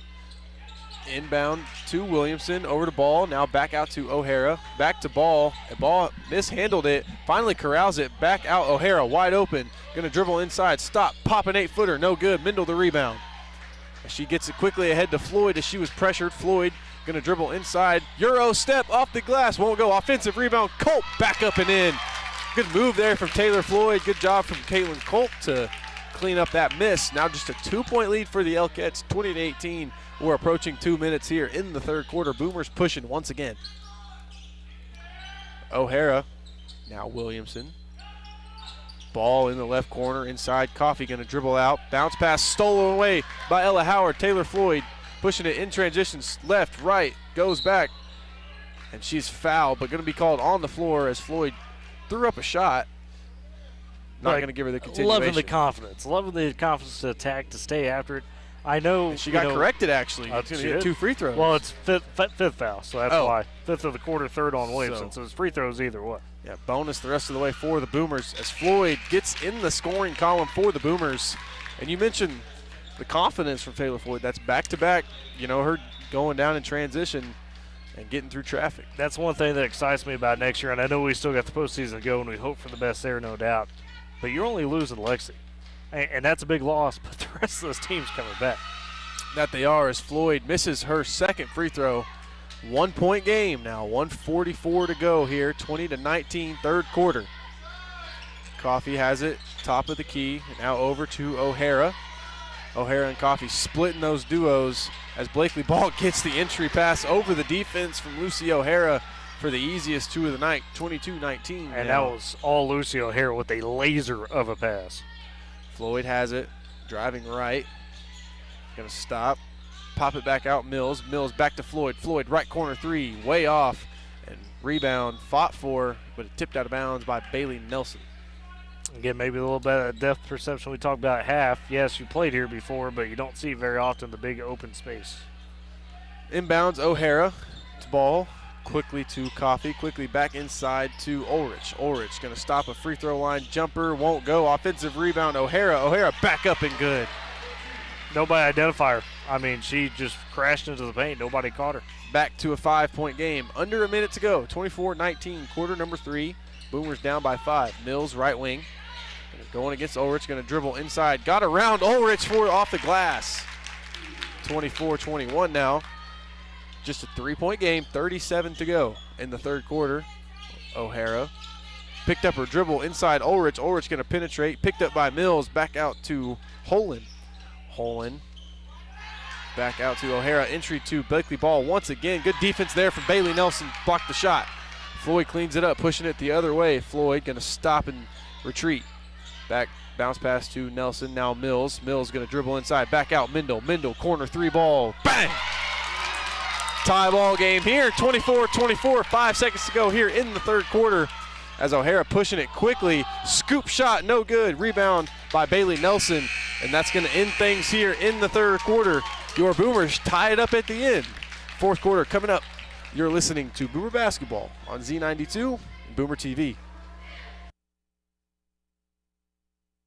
Moves fast, and you deserve internet that keeps up. Say hello to Pioneer Fiber Internet with blazing fast gig fiber speeds designed for the way you live, work, and play. From ultra-smooth streaming and lag-free gaming to lightning-fast downloads and crystal-clear video calls, Gig Fiber gives you the speed and reliability to do it all. Ready to upgrade your internet experience? Visit gopioneer.com to sign up today.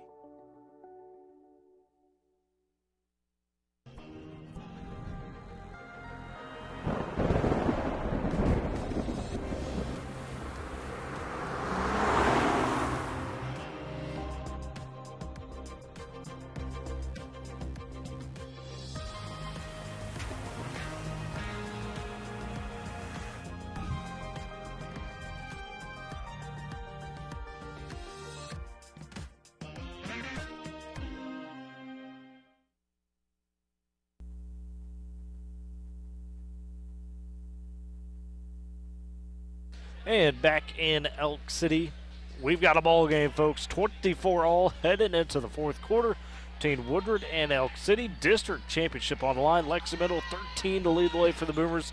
We got 8 for Blakely Ball, leading Elk City. And Woodward starting with the possession begin the fourth as they work left to right in front of us. We're up top behind the scorer's table. As it's Floyd on the handle left wing. Handoff to Nelson.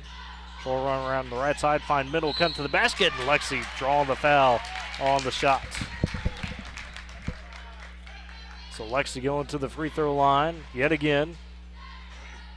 And that foul, the first on Kaz Ulrich.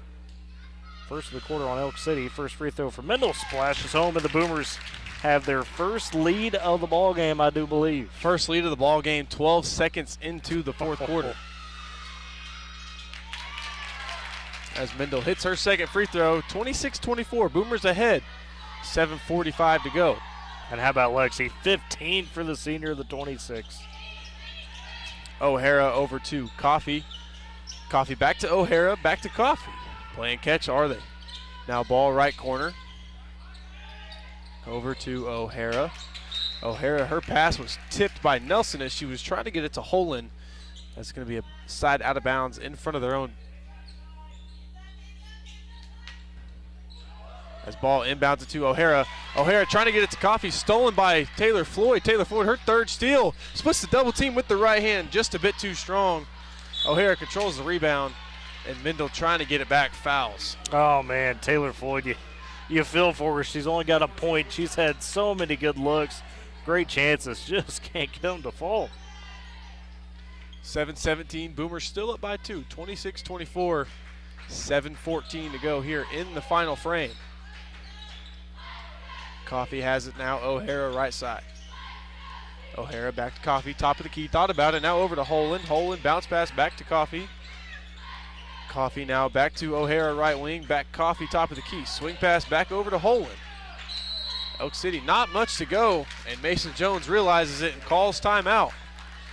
As not very happy is she. 6:55 to go, timeout taken by Elk City. 26-24, Boomers over the Elkettes. Smith & Co. Auction and Realty. They are Oklahoma's real estate and land auction experts. Smith & Co. is your number one choice for all your land auctions and real estate needs. You call them 580-254-3975 or email Ira at smithcorealestate.com. Also, Northwest Glass, from residential and commercial glass to auto glass doors and mirrors. Northwest Glass, they've got you covered. They do it all with expert care, quality service.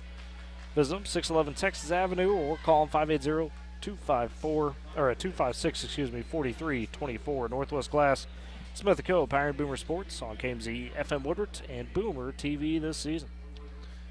And Tyler, one thing we need to talk about here so far, been kind of a smaller sample size, only a minute and a few seconds into this, but already a strong start in the fourth quarter for the Boomers, which we mentioned in the pregame, kind of been their kryptonite.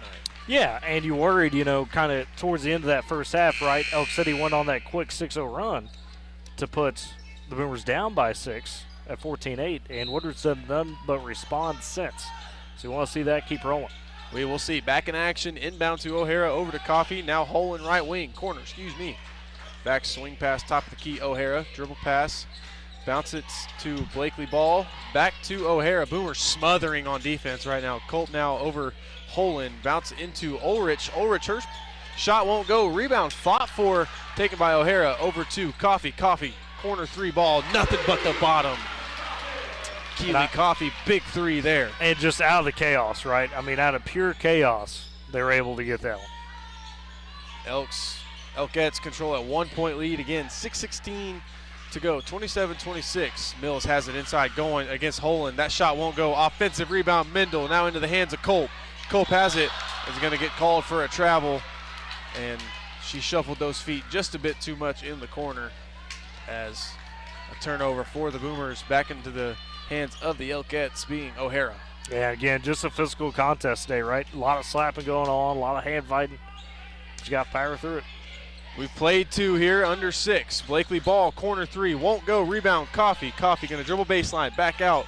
O'Hara thought about it. Bounce pass back to Coffee. Coffee back to O'Hara. She's going to settle it out for the Elkettes. Top of the key.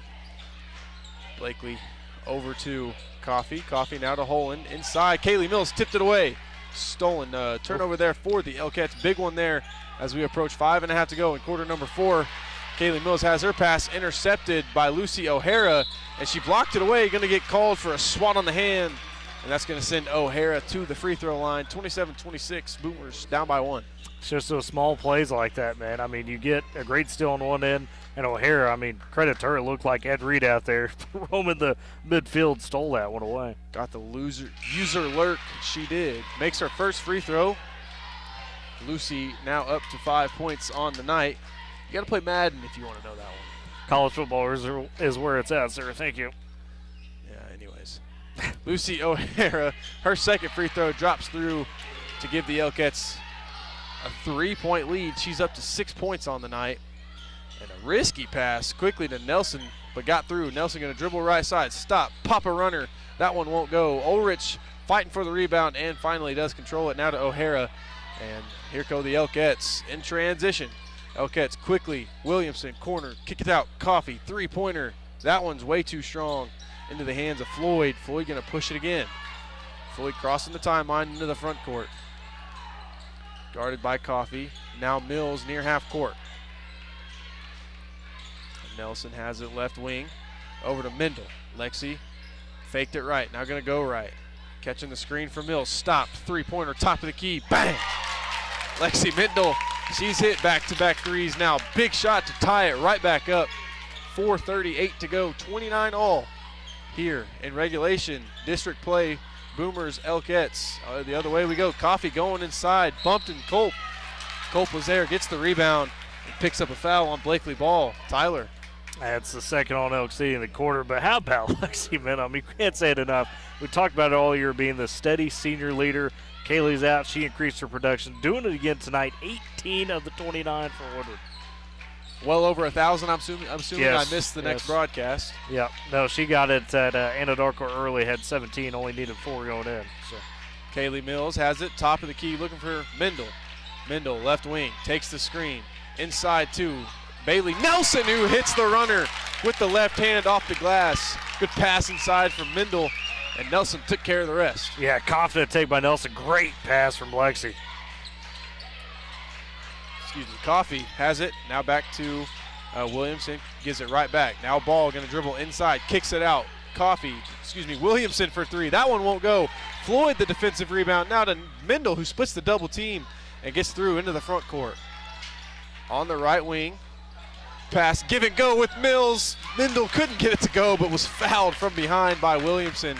Mendel a little upset that she didn't get that one that's to go. a wide open. She hits that 9 out of 10 times. And tough break, but going right back to that free throw line. So, hey, Boomers, the momentum. You can feel it. You can feel it in the crowd here. Everybody's believing right now. Mendel's first free throw gets one to rattle in. Been pinball in. And Williamson, by the way, her 4th foul. I don't know if we caught that, third of the quarter for Elk City. Mendel, her second free throw goes home. She's up to 20 points on the ball game. Has 20 of our 33 points. She might just mess around, outscore Elk City tonight by herself. If it keeps trending the way it is, that might happen. Williamson over to Coffee for Elk City. 33-29. Boomers on top by 4. 3.5 to go. Blakely Ball goes inside and is going to get. Oh, she goes up for a right-hand layup. Wouldn't go. The refs call a blocking foul. We're going to find out who they're going to charge it on. And that's going to be against Colt. So that's going to send Blakely Ball to the free throw line to try to narrow this lead for the Boomers.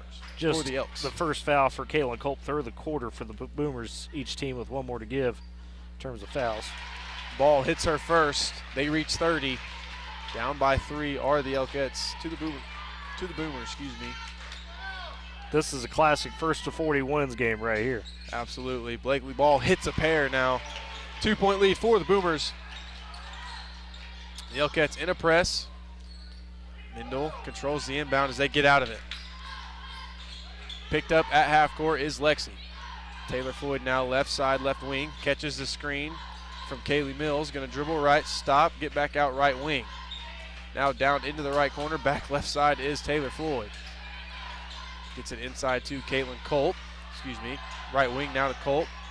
As a travel's called. That was not the best possession there for the Boomers, as everybody was everywhere. Yeah, but say the spacing was not good, right? That's exactly what hurt them in that one. The spacing killed them. That's how you get that travel. Turnover now, under 3 to go here in the fourth quarter, 33-31. Your Boomers lead the Elkettes late here in the fourth quarter. Still plenty of ball left, though. Blakely Ball, top of the key, guarded by Floyd.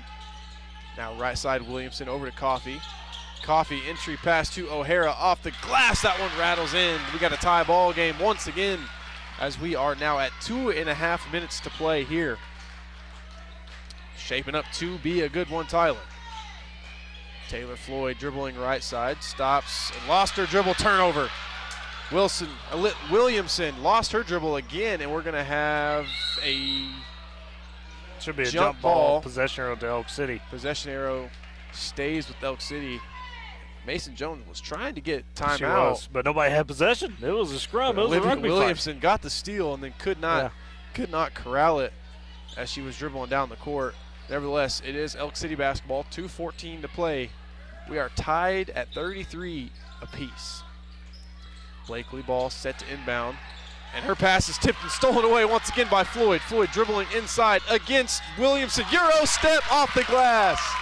Taylor Floyd finally takes advantage of one of those steals and gets her first real field goal of the ball game. Incredible, incredible. Perfect time for it.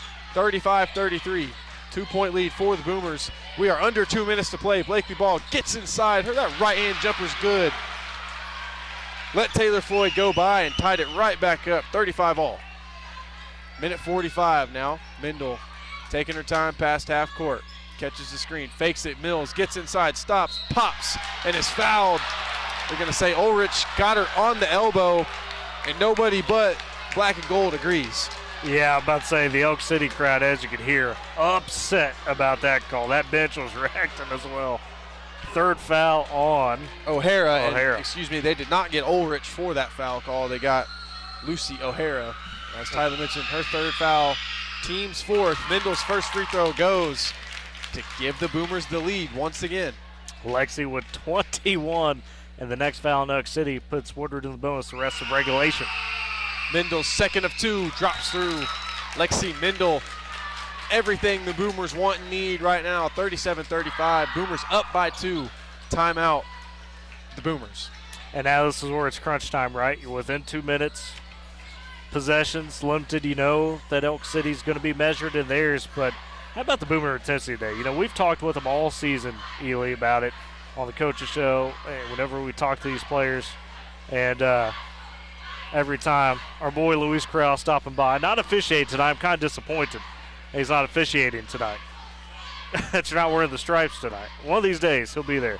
Good young man is Luis Corral. But anyways, you know, back on the Boomers, they knew that they're capable, right? The intensity there. They knew that. Just trying to translate that into wins, and boy, it'd be huge if you could do this one. Yeah, that it is. And one thing I've noticed down the stretch of this ball game, you know, the Boomers from around the 2-minute mark to now have not made a substitution. Yeah, it's been that first. It's been that front five on the court, and that is a trend that you see here in these playoffs. Yeah, everything roll at that five, and then, you know, that's big because those girls, you know, they're the ones who play in these minutes, and they're performing well for the fatigue that you would expect to see. Well, and to the credit of the Boomers as well, when we have seen minutes from Ella Hire and Zoe Chavez tonight, they've been really good defensively. Maybe haven't affected, you know, the scoreboard in terms of scoring, but just as crucial defensively, right? So credit to them. Back in action real quick. Want to shout out Matt Noble tuning in the broadcast, my father. Thanks for tuning in, Dad. We'll teach him better at some point, I promise. Back in action, minute 30 to go here, fourth quarter. Boomers up by 2, 37-35. Williamson in the corner, back out O'Hara. Now Coffee looking to get it to Ball. Good denial from Mills. Finally bounce pass to Ball. Baseline back out to O'Hara. O'Hara back left side, Coffee. Coffee looking. Now Williamson right side. As O'Hara inside to Ball, and she traveled with it. Taylor Floyd, excellent job yet again. Came over on the backside, caught it as it was coming over. Announcers jinx now. Ella Howard checking into the game for Caitlin Colt. O'Hara has been looking for that pass all fourth quarter to Blakely Ball. And now the Boomers starting to sniff that out. And Taylor Floyd has been exceptional tonight. Under a minute to go. Boomers up by 2. Mendel, right side now to Floyd. Floyd now to Nelson. Near half court over Howard. Ella Howard over to Mills. Boomers taking their time now. No need to be in a hurry. Now Mendel near half court. Over to Nelson. Had some trouble corralling it. And we got a timeout as Nelson was unable to dribble after having to corral that ball. 39 seconds. Boomers were able to kill over 30 seconds right there. Yeah, and that's good because now you're forcing Elk City into the spot where when do you start fouling, right? Now, if you're Woodward, you got to keep your head here. Again, they're on an 8-game losing streak, right? At some point, with how close they've been, it's got to be winning time. So can you, as a team, have this be the one? It would be huge. It would get you set up into that regional Tuesday night. It looks like Weatherford was pulling away against Clinton earlier. They were up 36-10 at the half, so you'd have another meeting with Weatherford, who you've seen multiple times on the season, but still you'd much rather be in that winner's bracket to start the regional than on the loser side. So that you would, and one thing to mention, Boomers, 1 timeout left. Elk City, you got 3. That's what they're showing, so that's crucial as well because even if Woodward sinks some free throws, to your point, a chance if Coach Jones wants to, Mason Jones, to be able to set up some plays, get some looks for her Elkettes. Timeouts proved to be true. 39 seconds is a lot of basketball to be played. Can be an attorney. Nowhere near over. As it is Boomer basketball right in front of the Boomer bench. Ella Howard set to do it. Mendel and Floyd stacked on one another. Floyd gets it into the backcourt. Whips it through Coffee and is pushed right in the back. And that's going to be bonus. Yep, and that's exactly perfect execution by the Boomers. Taylor confident in the backcourt with it, got her way past ball, forced her to foul. And to a point, if you're the Elkettes, not super upset about it because you didn't foul Lexi Mendel, who's been at the line and starting to knock him down. But nevertheless, Taylor Floyd got 2 of the biggest free throws of her career so far ahead of her. Knocks down the first one to take the lead to 3, 38-35. Taylor Floyd, maybe her best game all year, and it's when the Boomers have needed it. From a defensive standpoint, no doubt. Taylor Floyd hits a pair, got the second one to rattle in. It is now a 2-possession ball game. 30 seconds to go here in quarter number 4. O'Hara over 2 ball. Timeout taken by Coach Mason Jones. We got a full timeout. Mason Jones wants this possession to be a good one as they trail the Boomers 39-34. An interesting coaching point here for Woodward, right? You've only got 3 fouls, so you could still give one if you sense there's a spot where, obviously don't want to foul the shooter, but if you get a point where, Elk City's going to have the free lane or something, you could foul there and afford to make them re-inbound it, so that's huge. And it's a 4-point game. Technically, usually 2 possession, technically 1 because you can foul the 3-point shooter, but you like the 4-point advantage. And now if you're Woodward, you just got to play it smart, right? You don't want to do anything silly. If they get a free run to the basket off something, you let them take it, and you get ready to shoot free throws on the other end here. But Ely, man, I love it, and we talked about it earlier, love the composure of this Woodward team, knowing, despite all the challenges they've had the last few weeks, they put themselves in a position to win this ball game against a really good Elk City team. Absolutely, and that's, all the credit in the world needs to go to Coach Nathan Jones, Casey Jones. They've done an exceptional job. And Chandler Breyer, don't forget about Chandler Breyer, absolutely. And the young man down there patrolling with them as well. As I take this is the most collected this crew has ever been. Yeah, and that's the thing too. It's what's impressed us about this team. Even throughout the struggles, they know they can be good. They haven't fought or they haven't given up. They keep fighting. Inbounds to Lucy O'Hara. She dribbled inside, went up with the right hand and got fouled. Gonna get 2 free throws. 9-1 though, so that's fine, right? Took some more time off the clock. They're going to get Mendel for her second, 4th of the quarter for the Boomers. As O'Hara hits her first, a new substitution for the Elk City Elkettes that we don't have on the roster. It is number 4. Didn't hear so the we name will there. Get the name. That might be Garbarino. No, Garbarino's 5. Okay. As she misses her second free throw, rebound was taken by Floyd. Once again fouled from behind by O'Hara. And that's O'Hara's 4th. So two players now with 4 fouls. And that is one thing to mention. Garbarino, we haven't seen her tonight. Yeah, that's interesting. And maybe she is the mystery number 4. I'm not sure there. So, as Floyd does miss her first free throw, 24.7. Boomers still up by 3. So big free throw here for Taylor Floyd as Caitlin Culp checks back in along with Olivia Williamson. 24.7, 36-39. Boomers over the Elkettes. Taylor Floyd missed both free throws. So Elk City going to get a chance. Blakely Ball has a timeout Mason Jones. Taylor Floyd misses a pair. Still a 3-point game. 20.3. Mason Jones talking it over. Oh, tough one there for the Boomers. The good news is you're still up by 3 now. Now you just don't want any threes to go down, right? Make sure that if they're going to get a basket, it's a 2-pointer. Guard out on those shooters. Elk City, we know's got them. You look at O'Hara, you look at Ball. They're not afraid to shoot it. Williamson, Coffee, the same if we see any of them. So close out on the shooters, don't foul them, but don't give up that 3-point ball. Between the 5 you have on the floor in O'Hara, Coffee, Blakely Ball, and Williamson, and Ulrich, 4 of those girls are in contention to shoot that 3. I haven't seen Ulrich step outside and shoot one yet, but never doubt it either. These girls can shoot the ball really well. They proved it there in that first quarter. They can shoot and are confident to shoot, but still kind of into the point of the ball game where Elk City may try to go fast. Yeah, I mean, you're enough time where you don't have to necessarily look for the 3, but you got to get something quick if you don't get that 3. Again, the winner here goes on to Tuesday night at Weatherford for the regional, begin regional play in the winners bracket. Looks like the girls' side will be against Weatherford as they were up big on Clinton last time we checked. So that'd be your opponent, the Lady Eagles. They're in the nest, as they call it, Tuesday night. If not, you're playing Thursday, and you can't afford any more mistakes from that point on. 39-36, Boomers up by 3, a chance to move on in the winner's bracket. Inbounds to Lucy O'Hara, over to Williamson, down to 15 seconds. Coffee now top of the key, stops, pops the top of the key 3, air ball, Blakely Ball, back up and in. It is a 1-point game, 39-38, inbound Mendel, and a quick foul in the hands of Lexi Mendel, and that foul is going to be on Keely Coffee. Lexi Mendel up by 1, going to the line with 5 seconds to go for a 2- and 3-point lead opportunity for the Boomers. And it was a great job on the closeout, on the shooter, right? You had to do it. You did it without fouling.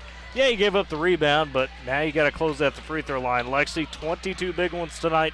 Can she do it again? Can she have 23 and 24 big ones? Her first free throw is good. Big free throw there for Lexi Mendel. And now Coach a bigger Jones, one coming up. Both Joneses have 1 timeout apiece, Woodward and Elk City side. 5 seconds, 40-38. Mendel's second free throw drops through. Clutch free throws, ice in the veins of Lexi Mendel. 41-38 to give the Boomers a 3-point lead over the Elk City Elkettes. Mentioned Elk City's beat Woodward twice this year, and in the beat them the last 5 times over the last 5 times seasons. over the last 2 seasons. Yeah, and arguably in the biggest matchup, Boomers got a chance to knock them off. That they do, and that'd be huge. I mean, we talk about the momentum. That would be a way to kick off your postseason right here. Coach Jones for Woodward. Nathan Jones taking his final timeout here. That's what we're on, the final full timeout for him. Mason Jones will have 1 more left should she need it. Interesting situation because you only got 5 seconds, so probably not likely to burn it. To your point, that timeout was credited into the hands of the Boomers. So 5 seconds. Mason Jones can still timeout, save inbound doesn't go too well. So we got enough time to call a timeout, talk it over once again. And we still got a boys contest to come after this, my goodness. That we do. Getting lucky today, especially you, Riggs.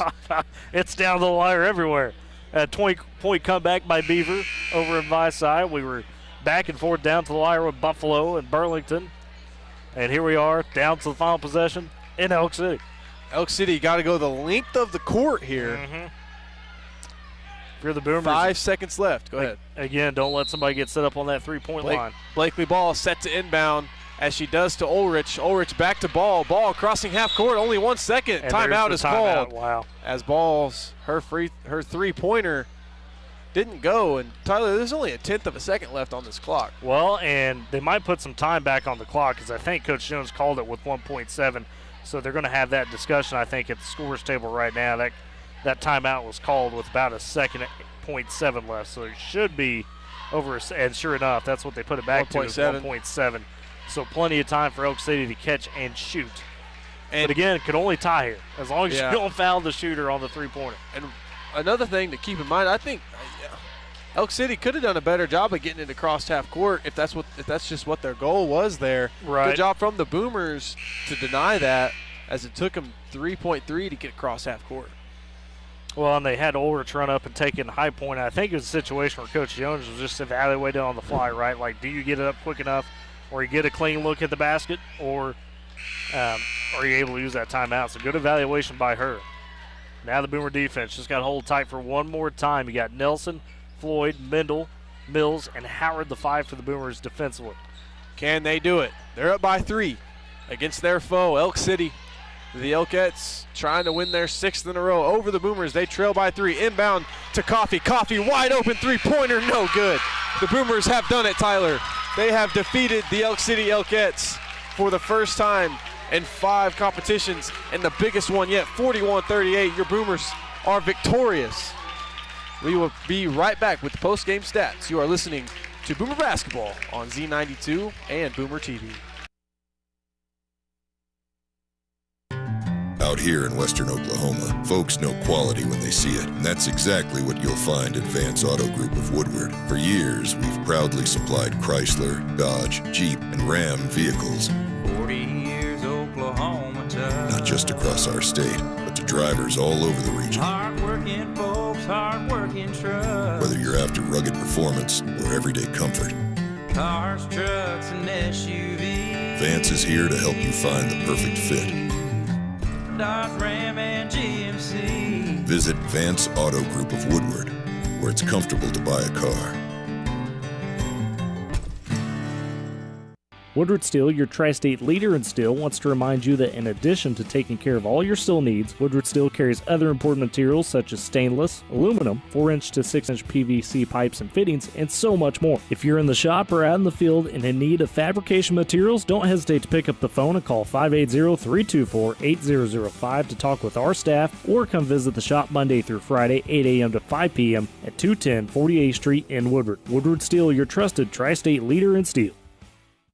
Nothing like being from Western Oklahoma. It's family and community. It's spring storms and winter wheat. It's fall football and summer baseball. And there's one bank that really understands our area. Bank of Western Oklahoma.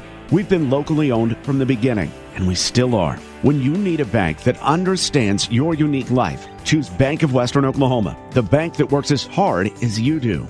Member FDIC, an equal housing lender.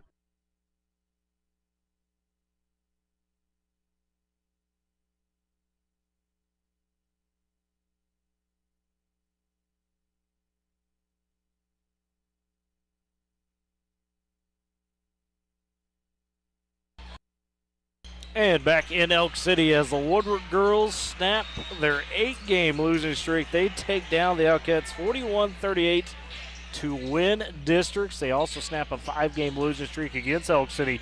Coming to this one 0-5 against them over the last 2 seasons. Lexi Mendel, the senior, what a game for her.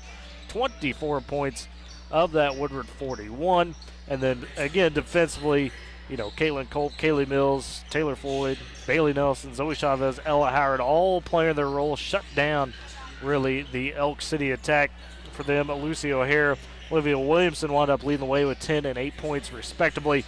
And the Boomers improved to 9 and 16 on the season.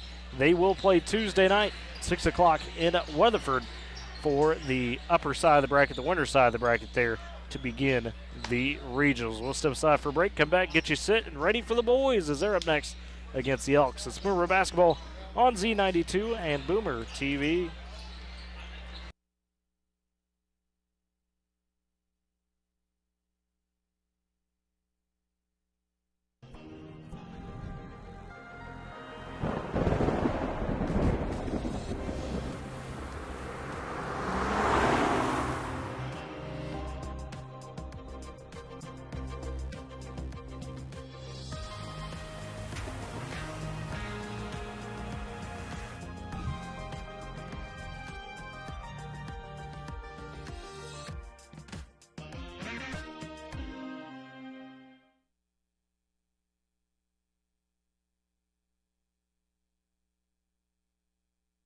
Communities in every way, Sealing State Bank is thrilled to bring hometown banking closer to you with a brand new branch in Woodward.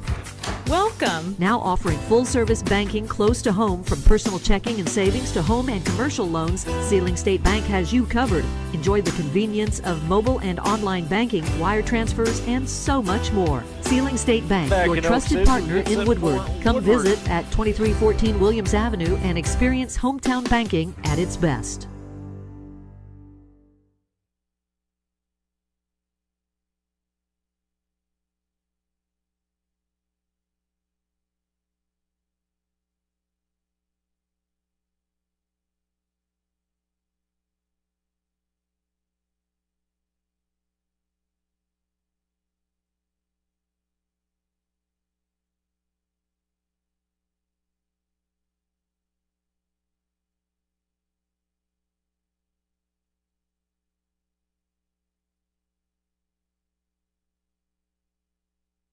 In terms of your starters for the Boomers, or guys that play in that top 7 rotation. So the roster a little shorter. Likely going to see Aaron Laredo, Luke Talley, Caden Gaines, Gage Hutchins, and Grayson Roach, your starting 5 there. And then, as we talked about, who pops off the bench? Likely probably see Jesse Treese maybe be one of those guys, Dawson Heckert. Those are the first 2 that come to mind. Could maybe even see the freshman Colton Bowers and Kason Clevenger as well make their mark in terms of that. So that will be interesting. Clevenger looks like he's going to be wearing 15 instead of his usual 13 tonight. So that'd be a change on the roster there. But Ely, again, a Boomer team playing a little bit more shorthanded, but Elk City, a team they've been able to take down pretty easily this season. So a chance, if you're going to have changes at this point of the year, probably not the worst time to do it. No, it isn't. Played this team obviously twice this season. Weren't able to finish the first one, but that second game had your way. And, yeah, this is a big change, though. I mean, especially, 2 of those guys got minutes. We're in for most of the game. One of them started. Both of them used to. But, Cole Reed's not an easy guy to miss. He's a great talent. So this is the game to figure it out. That first quarter is going to be a bit different, but the whole game is going to be a lot different. But this is the game to get it all figured out. And it's really a big game for Coach Gaines to really figure out who's going to fill that spot, not just in terms of the starting jobs, but giving those guys rests. Absolutely. Both teams going through the paces, finishing their warm-up. We'll step aside, come back with the keys to the game. Woodward, Elk City coming up in this district championship matchup. It's Boomer Basketball, Z92 and Boomer TV.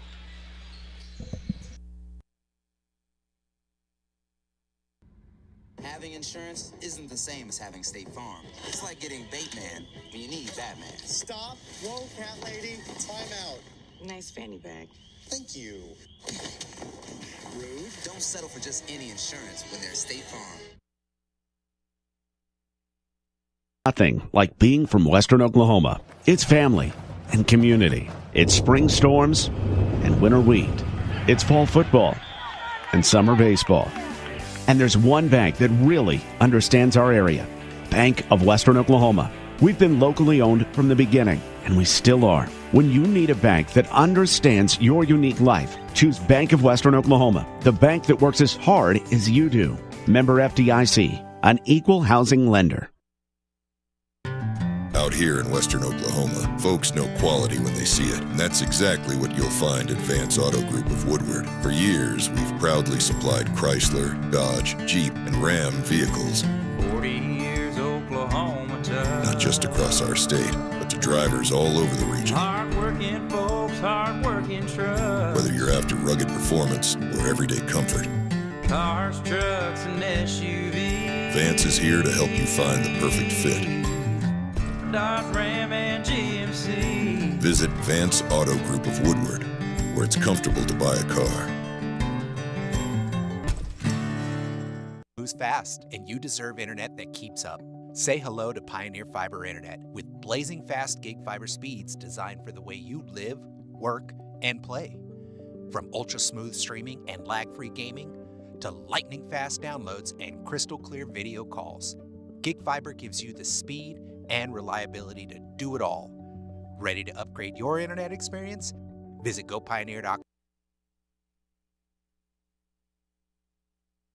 Back in Elk City, we get set for this boys contest between Woodward and the Elks. Keys to the games, through the game, I should say, for Woodward.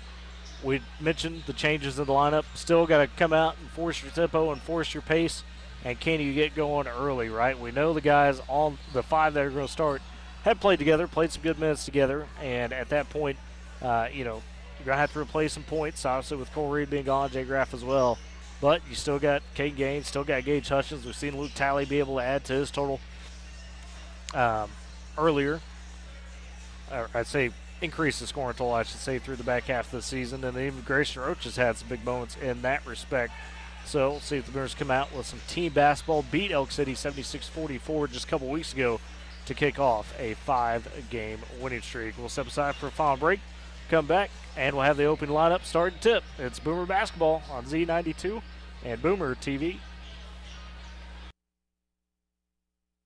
Communities in every way, Sealing State Bank is thrilled to bring hometown banking closer to you with a brand new branch in Woodward.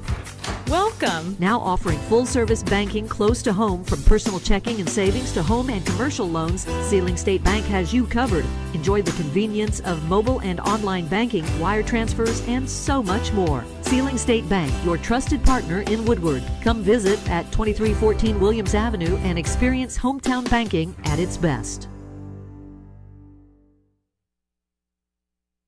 Woodward Steel, your tri-state leader in steel, wants to remind you that in addition to taking care of all your steel needs, Woodward Steel carries other important materials such as stainless, aluminum, 4-inch to 6-inch PVC pipes and fittings, and so much more. If you're in the shop or out in the field and in need of fabrication materials, don't hesitate to pick up the phone and call 580-324-8005 to talk with our staff, or come visit the shop Monday through Friday, 8 a.m. to 5 p.m. at 210 48th Street in Woodward. Woodward Steel, your trusted tri-state leader in steel. Moves fast, and you deserve internet that keeps up. Say hello to Pioneer Fiber Internet with blazing fast gig fiber speeds designed for the way you live, work, and play. From ultra-smooth streaming and lag-free gaming to lightning-fast downloads and crystal-clear video calls, Gig Fiber gives you the speed and reliability to do it all. Ready to upgrade your internet experience? Visit gopioneer.com to sign up today.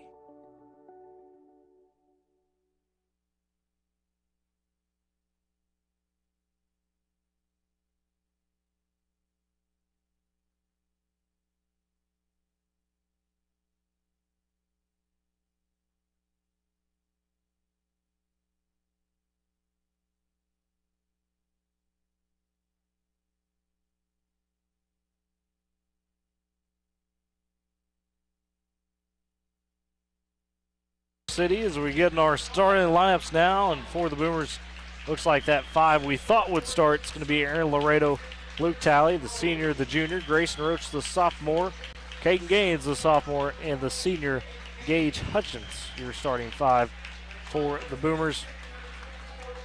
And for Elk City, for the Elks, they're going to go with Tucker Garza, the senior, Evan Putman, the senior, Crew Keys, the junior, Kai Brott, the senior, and the sophomore is Zachariah McCulley, the 5 for Elk City. And again, Evan Putman, we talked about this last time we were here, to see him back on the court after what happened at the start of the year and be fully released like that, amazing to see for Elk City, a team that only a few wins on the season. We're a little bit more competitive down the stretch. That being said, if you're the Boomers, you've got the athletic advantage here tonight. You got to press that early. Yeah, you do, and you got to press it early in a sense of you're going to have to get the kinks figured out real quick. I mean, it's just kind of there's no really – you can't sugarcoat what's going on right now, so, a big piece missing. But this Elk City squad, they're athletic. We watch these guys play football. Oh, yeah. So, they're not going to go away. Obviously, you probably got the skill advantage on them, the athleticism. Maybe not the strength. These got some big kids out there for Elk City. Well, Tucker Garza, Kai Brott, we've seen in past instances absolutely have that. Boomers in the all-black going right to left. Elk City, the Elks, going left to right. In the all-white is Gaines over Brott to begin things. Gaines controls it for Woodward. Now Roach, left side over to Laredo. Laredo, left side, back to Talley. Talley trying to get it inside to Roach. Turnover, and Putman has it. Now over to Garza for the Elks. He crosses the front court. Garza has it top of the key. Now over to number 23, McCauley. McCauley over to Brott. Putman, left side. Back McCauley. McCauley looking, scanning, dribbles right side, stops, kicks it back out. Brott back to Putman. Putman looking, picked up his dribble. Laredo, good defense. Number 13 now has it. Keys bounce pass inside Garza, but it hit his foot. And it's gonna. If it's kick ball in Oak City, that's Boomer possession, I thought. Maybe not. So they're saying it is with the Elks off the kick ball. Number 23, McCauley sets it inbound, bounce pass over to Brott. Brott going to work against Hutchins, stops, fades away. Rebound taken by McCauley. McCauley couldn't get it to go. Rebound by Gaines, ahead to Roach. Roach crosses the timeline. Over to Talley. Talley scanning, cross court. Gage Hutchins, one-handed catch. Hutchins over to Roach now. Roach going to dribble left side. Working against Brott. Roach kicks it back out. Laredo, Hutchins, now to Talley. Now Caden Gaines, free throw line jumper, missed it a bit short. Minute 20 into this, still no bucket. McCauley bringing it up for Elk City. Now Kai Brott. Now Garza, top of the key, back to Brott. Brott to Putman. Putman over McCauley. McCauley now Keys, top of the key. Keys to Putman, right wing. Cutter action.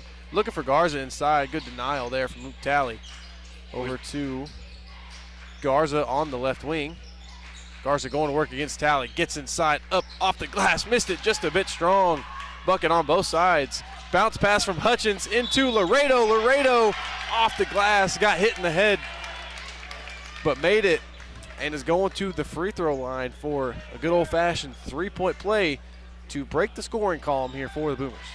Good job, good run out. Laredo, tough take, got whacked in the head like you mentioned.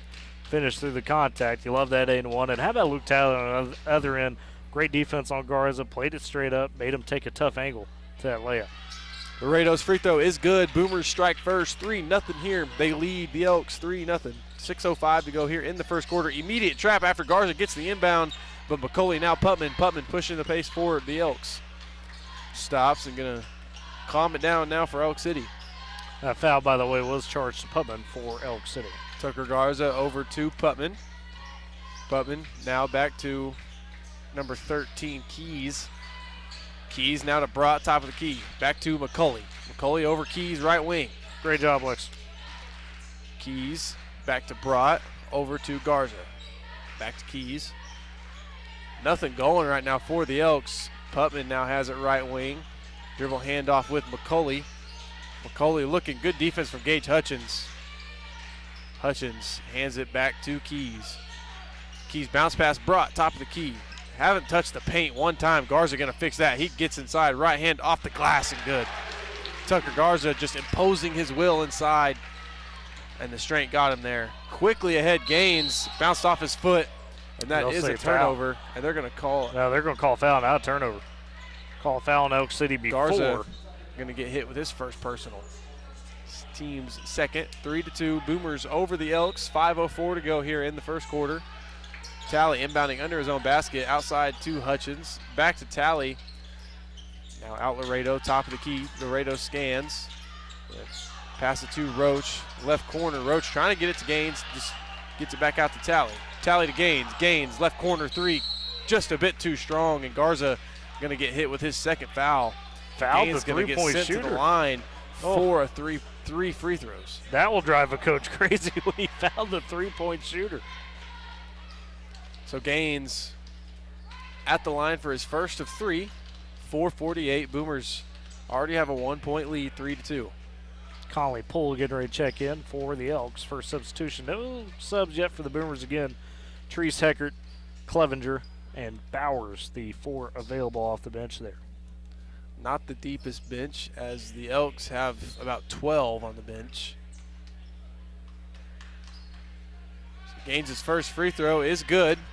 Now 4-2, 4:48 to go in the first quarter. Refs had a quick conversation. Gaines' second free throw is also good. And as Tyler mentioned, Conley Poole checking in. Garza picked up a quick 2 fouls. So he's going to have to take a rest. Yeah, that's huge for Elk City because Garza is the guy that, he can make things happen with that physicality, with that strength, as we've seen and talked about last couple times we met him. And he can. Boomers in the press. McCauley has it. Bounce pass to Putman. Bounce pass to Keys. Now to Poole. Going to dribble inside. Kicks it over Brott. Brott going to go up. Had it swatted away by Roach. And out of bounds. Going to stay here with the Elks. Gaines also coming over the top trying to give a piece of that block. That he was. Roach got there first. Inbound set. Zachariah McCauley. McCauley bounces it into Kai Brott. Brott going against Gaines. Back out McCauley. McCauley going to dribble right. Between the legs, back left. Now to Keys, and just threw it away. It's going to be a turnover on the Elks, as that pass intended for Crew Keys, nowhere near Crew Keys. After those first couple of minutes, feels like the Boomers starting to settle in now, like we talked about. Knew it was going to be kind of different on those first few possessions. Started to find their way, though. Aaron Laredo gets the inbound from Gaines, as Gaines is decked away from the ball. And nothing called there. Yeah. And now Laredo has it. Corner. Grayson Roach got it.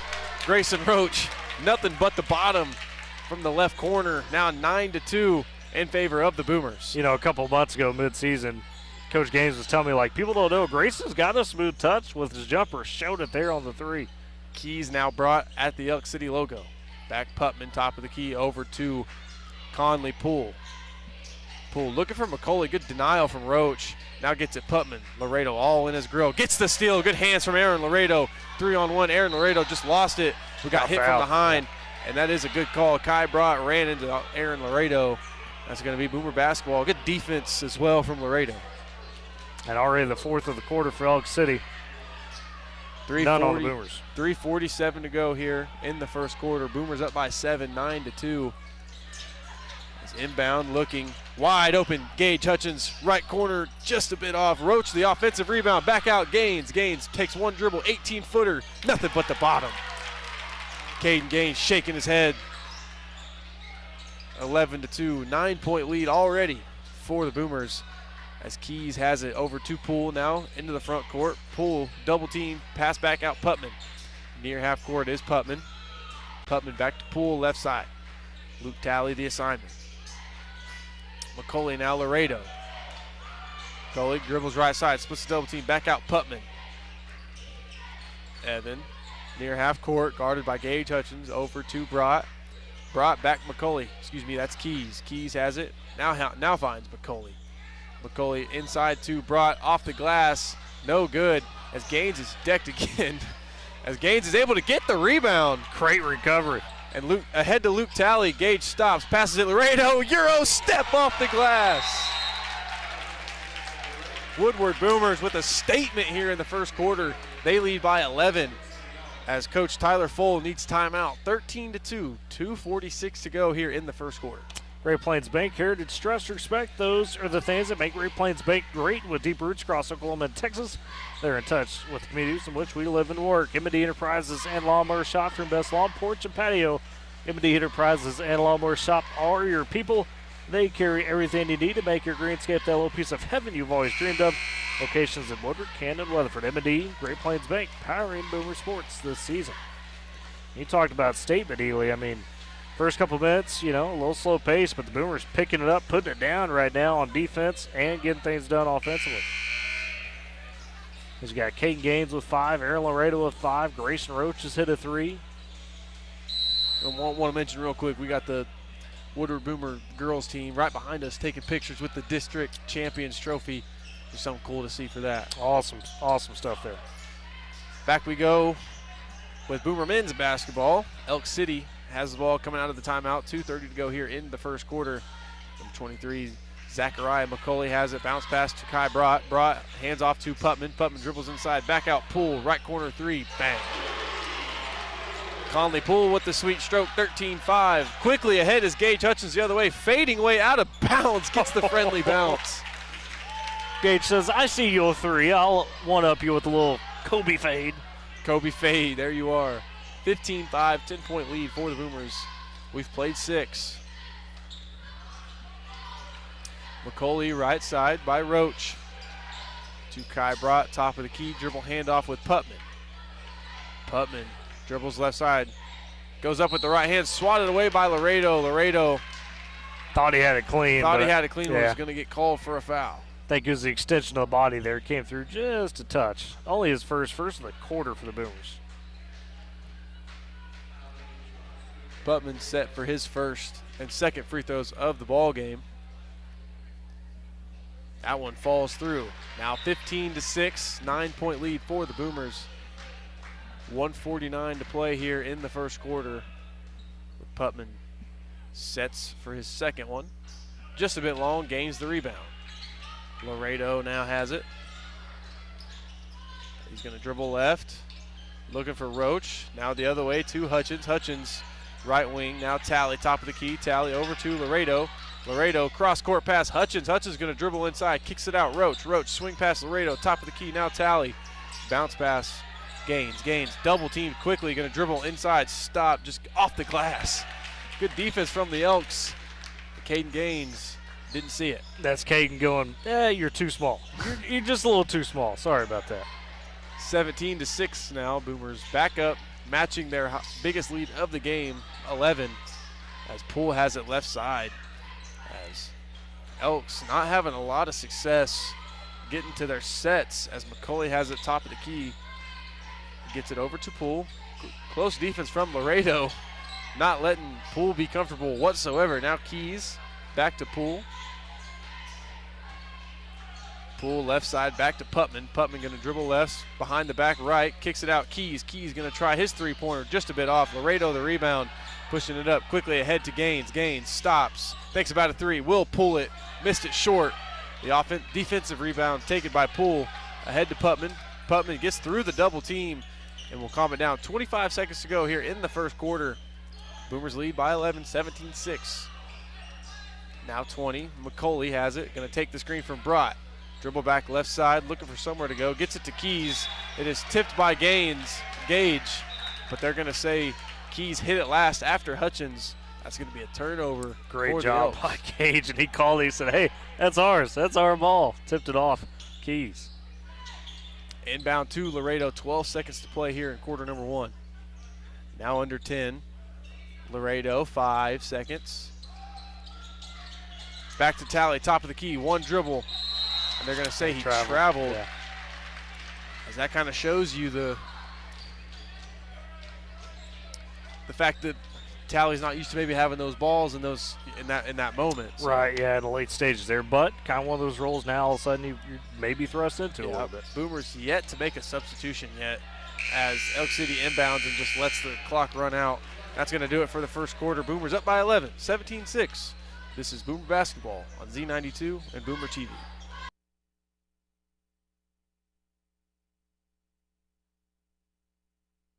Moves fast, and you deserve internet that keeps up. Say hello to Pioneer Fiber Internet with blazing fast gig fiber speeds designed for the way you live, work, and play. From ultra-smooth streaming and lag-free gaming to lightning-fast downloads and crystal-clear video calls, Gig Fiber gives you the speed and reliability to do it all. Ready to upgrade your internet experience? Visit gopioneer.com to sign up today.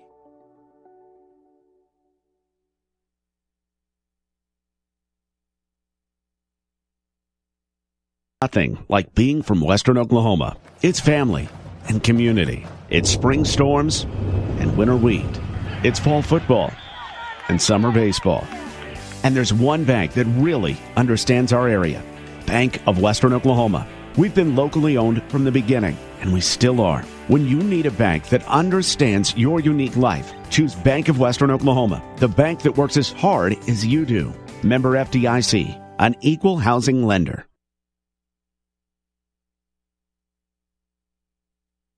The second quarter up by 11, 17-6, 10 seconds already played here in the second quarter as Elk City with Keys trying a right wing three. That one would not go. Roach the rebound, ahead to Talley now, into the front court. Laredo has it left corner, bounce pass into Talley. Talley gets through the double team and gets it off the glass for two.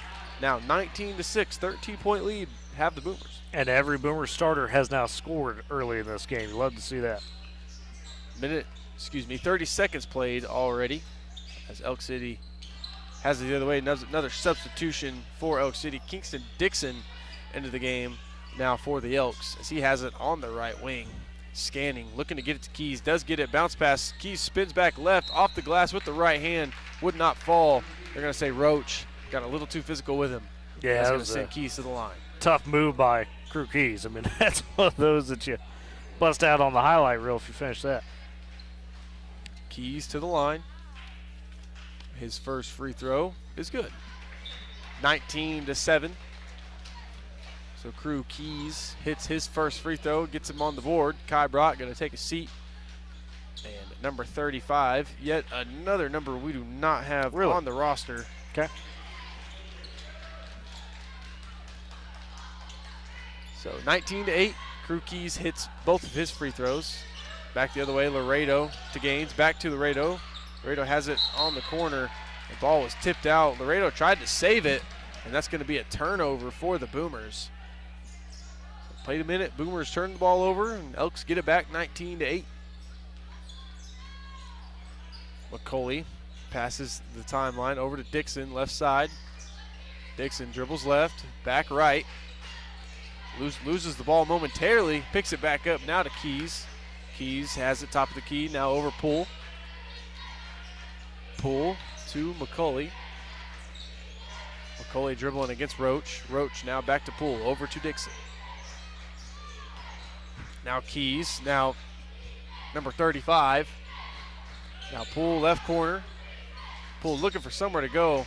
Finds McCauley, he'll try a top of the key three. Missed it just a bit left. And Gaines got pushed, going for the rebound. And that will be Boomer basketball. And that is the first team foul on the Elks. As they'll charge Dixon with his first. And as you mentioned, first of the quarter for the Elks. 19-8, 11-point lead still for the Boomers as we approach 6 minutes to play here in the first half. Laredo trying to get it inside to Gaines, but it's poked away and stolen and saved by the Elks. And the Elks will push in transition with Dixon. Dixon will stop and collect the offense as Dixon, Laredo now finally gets back on defense. Poole now right corner. Now to Dixon, top of the key, guarded by Roach. Dixon tried to penetrate, kicked it off his own foot, and that's going to be a turnover for the Elks. Boomers are going to get it back. Yeah, defense been really impressive by Woodward. Oh, inbound. As we mentioned, a steal, and Crew Keys gets the steal, but going to get called for a travel. Say he shuffled his feet. Yeah, great job by Grayson Roach to immediately jump in front of him, cut him off. Would have been an easy layup.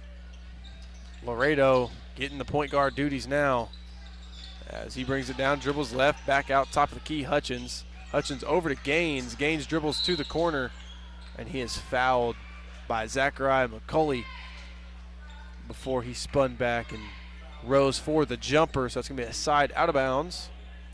Gaines set to inbound underneath his own basket. 19-8, 5:28 remaining here in half number one. Into Laredo. Now Caden Gaines left side, left wing, guarded by Dixon, gets inside, and as he goes up is fouled. And he's going to shoot 2 free throws. Foul going to go against McCauley, so Gaines back to the line. Again, that's just Gaines realizing nobody can stop me. I mean, you know, they don't have the size as Oak City to match what Gaines could do. Gaines' first free throw is good, so Caden Gaines 4 of 4 so far from the free throw line.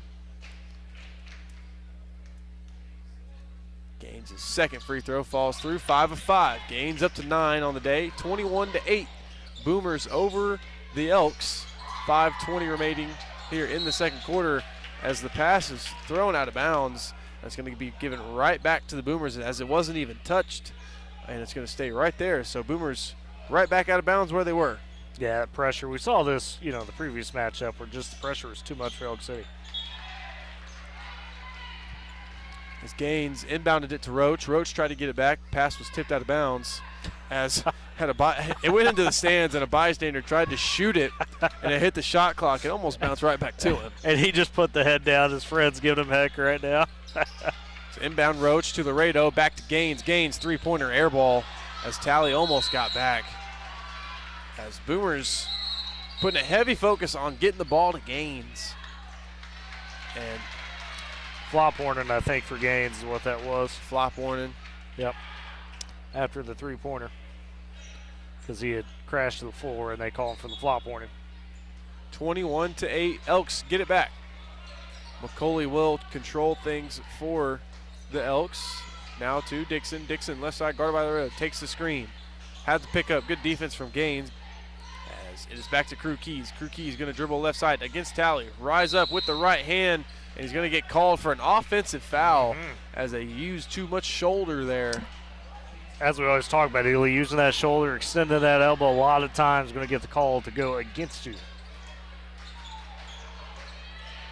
Under 5 now. 21-8 Boomers up by 13 points. Laredo picks up his dribble. Now Talley top of the key. He'll try a three-pointer just a bit long. Rebound taken by the Elks. Now Dixon has it into the front court. Dixon going to work against Talley. Dribbles left side near the out of bounds. Tries to split the double team. Ends up in the hands of Poole. Conley passes it to McCauley. McCauley over to Keys. Keys tries a three-pointer. Missed it long. That's going to be an out of bounds call. 4:20 to go. Tucker Garza getting entered back into the game. And he's going to check out Conley Poole. So 4:20. First substitution on the side of the Boomers. Jesse Treese into the ball game for the Boomers with a 13-point lead now. Approaching 4 minutes to go here in the first half. Gaines has it. Trying to get inside. Stops. Spin moves through the double team. Falls down. Jesse Treese the rebound. And he went back up and got fouled. So Jesse Treese immediately coming in, getting an offensive rebound, and getting to the free throw line. A way to be on spot, right? Opportunities for those guys on the benches that they haven't had really this year, right? Whether that be Treese, he's usually only a spot minute guy. Dawson Heckert, and then the freshman Clevenger and Bowers, same thing. Treese collects the first free throw, splashes that home. And Evan Putman back into the game. Zachariah McCauley going to see his first minutes on the bench. So Treese hits his first one, and his second one falls through. Now 23-18. Boomers lengthen their lead to 15 points, 23-8.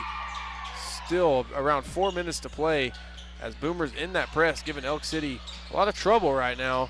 Still haven't crossed even the three-point line. Is stolen away by Hutchins to Gaines, and Gaines tried to get it to Aaron Laredo and threw it just a bit too hard as he was a little too close. Yeah, Aaron's saying, hey, get that up for me a little bit there on the inbounds. And by the way, that last foul in Elk City was number 5, so the Boomers have free throws the rest of this half on any foul. Crew Keys set to inbound, bounce pass to Evan Putman, back to Keys, over to Garza. Garza quickly into the front court, and he traveled with it, or carried with it. Great job, Gage Hutchins, just keeping with them all the way. That's the thing. Even, with this lineup, the Boomers know they got enough athleticism to kind of bump Elk City off the floor, if you will, a little bit. Doing a good job of it in this half. Yeah, and Garza had his mind made up as where he was wanting to go with that one. Now Gaines the other way for the Boomers. Has it top of the key. Bounce pass Treese. He'll try a three-pointer.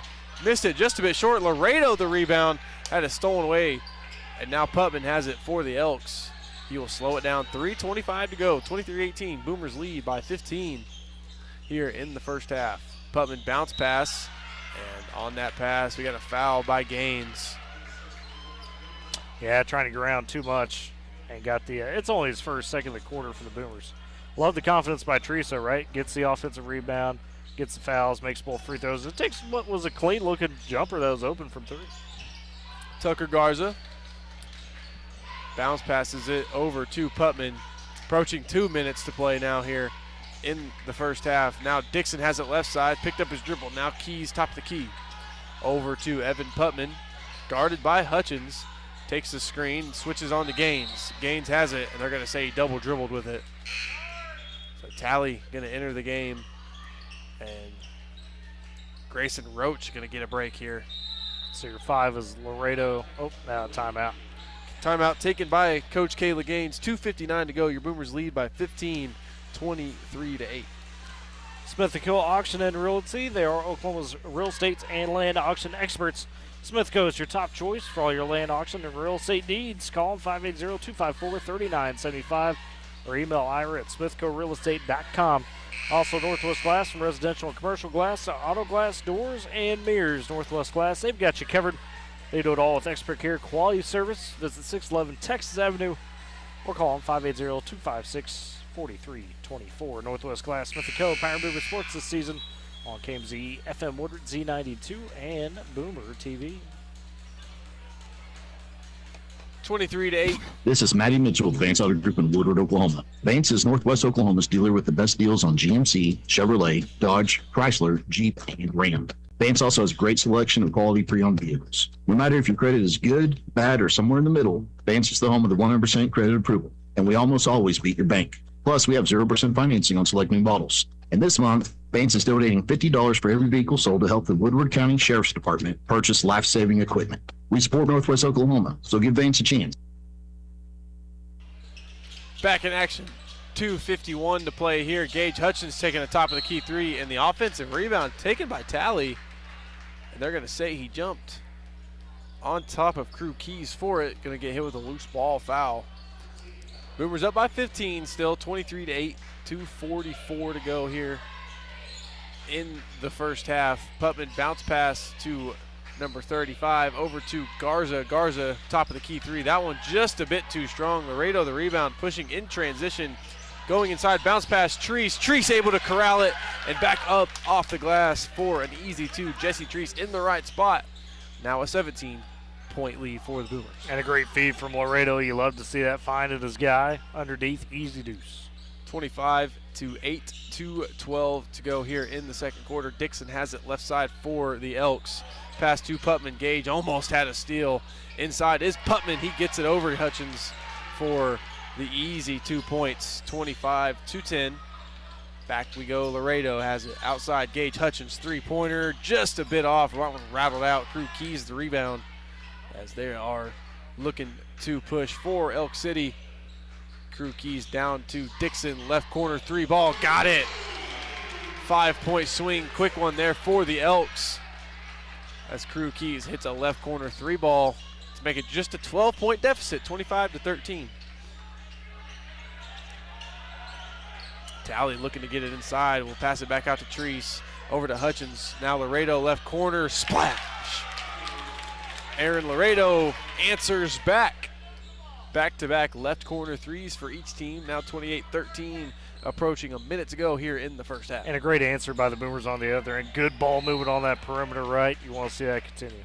Pass tipped out of bounds by Hutchins.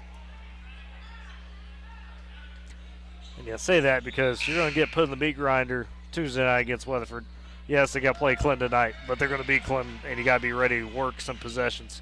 Dawson Heckert checks in for the first time tonight. Aaron Laredo steps out. Yep, Heckert seeing his first minutes.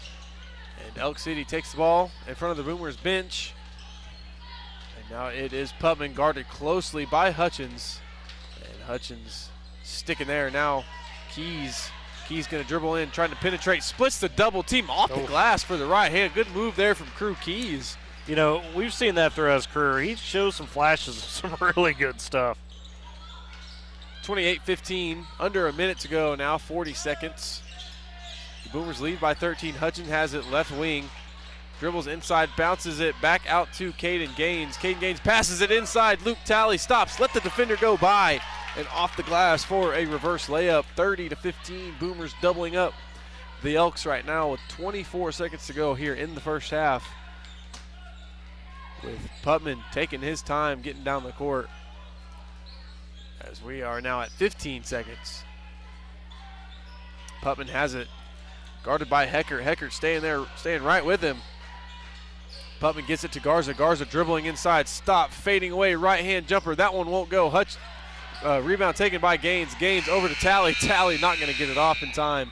And that'll end it for your first half here. District play 30-15. Boomers up by 15 over the Elk City Elks. Got your post-game stats right after this. This is Boomer Basketball on Z92 and Boomer TV. Moves fast, and you deserve internet that keeps up. Say hello to Pioneer Fiber Internet with blazing fast gig fiber speeds designed for the way you live, work, and play.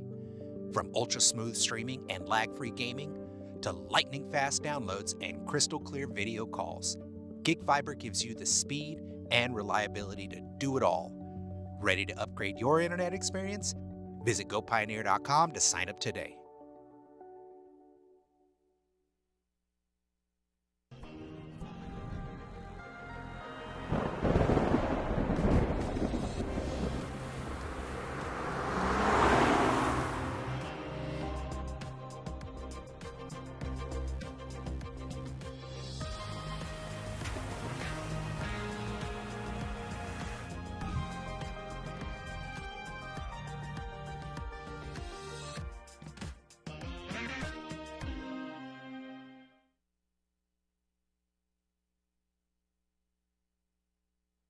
communities in every way, Sealing State Bank is thrilled to bring hometown banking closer to you with a brand new branch in Woodward.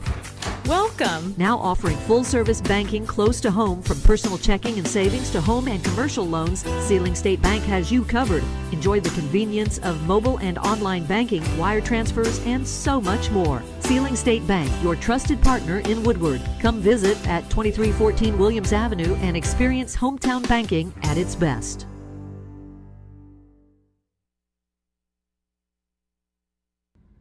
Having insurance isn't the same as having State Farm. It's like getting Bateman when you need Batman. Stop. Whoa, cat lady. Time out.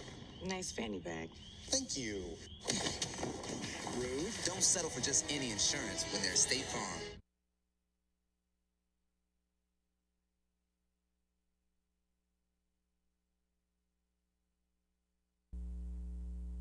Out and back at the half. It is Woodward on top of Elk City, 30-15. The Boomers rolling right now. All five guys that had started the game put some points in that half. The Boomers led by 9 from Caden Gaines. You got 8 from Aaron Laredo, 4 apiece for Luke Talley and Jesse Trees, who did that coming off the bench, and then 2 for Gage Hutchins for the Boomers as well. On the Elk City side, scoring spread out, led by Crew Keys is 4. You got a 3 there for, lost the number, Kingston Dixon. Also 3 for Evan Putman, 4 for Tucker Garza. He got in a little bit of foul trouble, though, the Garza. And then elsewise, Elk City not in a ton of trouble, but just the Boomers' pressure, as we expected, despite, those players missing that we talked about earlier, hadn't really affected things. They've got after Elk City with the pressure, been able to convert on a lot of good looks and draw some fouls. Yeah, I think the biggest thing, the biggest reason we have a 15-point lead is the defense. Elk City hasn't really had an answer. Most of their points have been, quickly into the shot clock, just beating Woodward down the court. Woodward is in that press. The times they're able to break it, they found some easy buckets and had some success. That three-pointer in the corner there from Crew Keys. Conley Poole came into the game and hit a quick three-pointer. Tucker Garza's got a lot of strength. These guys can make up that 15-point deficit, so Boomer's going to have to keep pushing that pace and forcing the issue. They know what the issue is with Elk City, and they know what they can do better than Elk City. Going to have to keep doing it as they did there in the first half. That they are, and you love to see. Again, the first couple of minutes, and you had called it a pregame, probably were going to be a bit, not awkward, but a little bit of a filling out process, right? How's this going to work? Because it's a lineup of guys with Laredo, Hutchins, Talley, Roach, and Gaines that all played together, but maybe hadn't played a ton on the floor together. Obviously, your 3 stars, or your 4 stars, and then Roach stepping up into that. They'd played, but, that 5 specifically had been on the floor together a ton this season, but it looked like they kind of figured it out as things went on. Yeah, and you expect it from those 5 guys. They play enough, and they've definitely been on the court together at some point in practice, in the games, those are 5 guys who play a lot of ball together, so not a big surprise to see them be able to play together. But those other couple of guys, you could tell when they got in there, definitely a big change, not used to that first half play in close ball games, but starting to figure it out. Yeah, they were, and I think what was really encouraging is seeing Jesse Trees come off the bench and have the confident minutes he had, right? Got that offensive board, put in free throws. Three-pointer didn't go down, but it was a good look, and then found a bucket, later as well. So that's encouraging. Dawson Ecker got a little bit of time right before the half, but that's going to be needed as you go forward into this regional and potentially beyond. If that's what you're going to do to compete, you're going to have those bench guys come in and be filling those minutes. And especially near the ends of quarters, when you, in that first quarter, say somebody picks up 2 fouls, but you can't really bring them out, and you have a minute left in the first quarter, and you're on defense, and you don't really want to pick up that 3rd foul. A guy like Dawson Hecker can go in there and play some defense. And, on the offensive end, just crash the boards, try to get rebounds, and save those fouls and save those minutes for the other guys when you can sparingly. And again, if you missed earlier, the Woodward Boomers on the girls' side pulling off the upset, beating Elk City 41-38. Not only snapping an 8-game losing streak, but snapping a 5-game losing streak against Elk City. They will be playing Weatherford Tuesday night, 6 o'clock. Lady Eagles there in the nest, as they call it in Weatherford. That will be the regional semifinal. You win that, you clinch a ticket to area. If not, you'll play Friday in a consolation game, and we'll be taking on an opponent still to be determined. We'll have more on that Tuesday, the possibilities there. But at the very least, for the Boomers, you've bypassed a consolation game, and you got to play with confidence now going forward. I mean, that was an Elk City team that you had struggled against, and to come and get that win, I mean, incredible. Incredible is the only way to put it. I mean, definitely underdogs coming in, and probably the most confident I've seen that squad, especially individually. Just certain players out there playing with a lot of confidence. Lexi Mendel's been in her element, sort of all season long. Kaylee Mills, those girls, are solidified in their role. And then, Taylor Floyd came out there, played the best defensive game she's had, probably wearing a Boomer jersey. She marks me as the player of the game, if you ask me. Yeah. And then, Caitlin Culp, doing exactly what she needs to do. This Boomer basketball girls team has a lot of confidence, and they should for right now. That they should, and with it, the Woodward boys trying to match a big win. Boomers trying to get that district sweep, if you will, here as Woodward on top, 30-15 at the break. We'll step aside, come back with the keys to the second half, and the second half. It's Boomer basketball on Z92 and Boomer TV.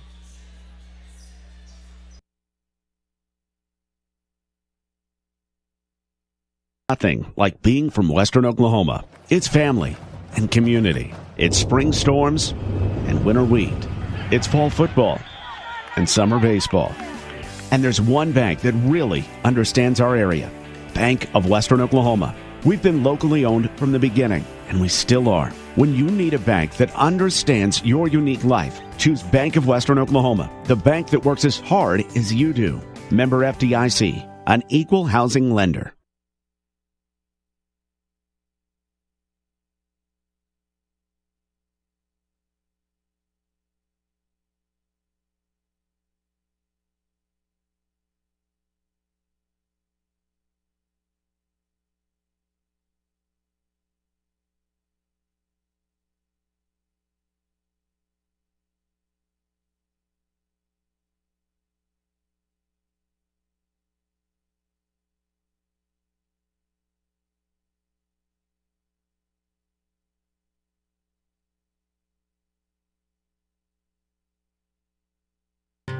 Out here in Western Oklahoma, folks know quality when they see it, and that's exactly what you'll find at Vance Auto Group of Woodward. For years, we've proudly supplied Chrysler, Dodge, Jeep, and Ram vehicles.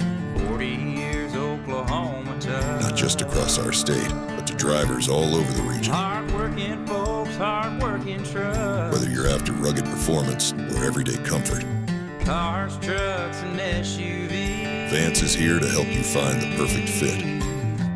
Dodge, Ram, and GMC. Visit Vance Auto Group of Woodward, where it's comfortable to buy a car.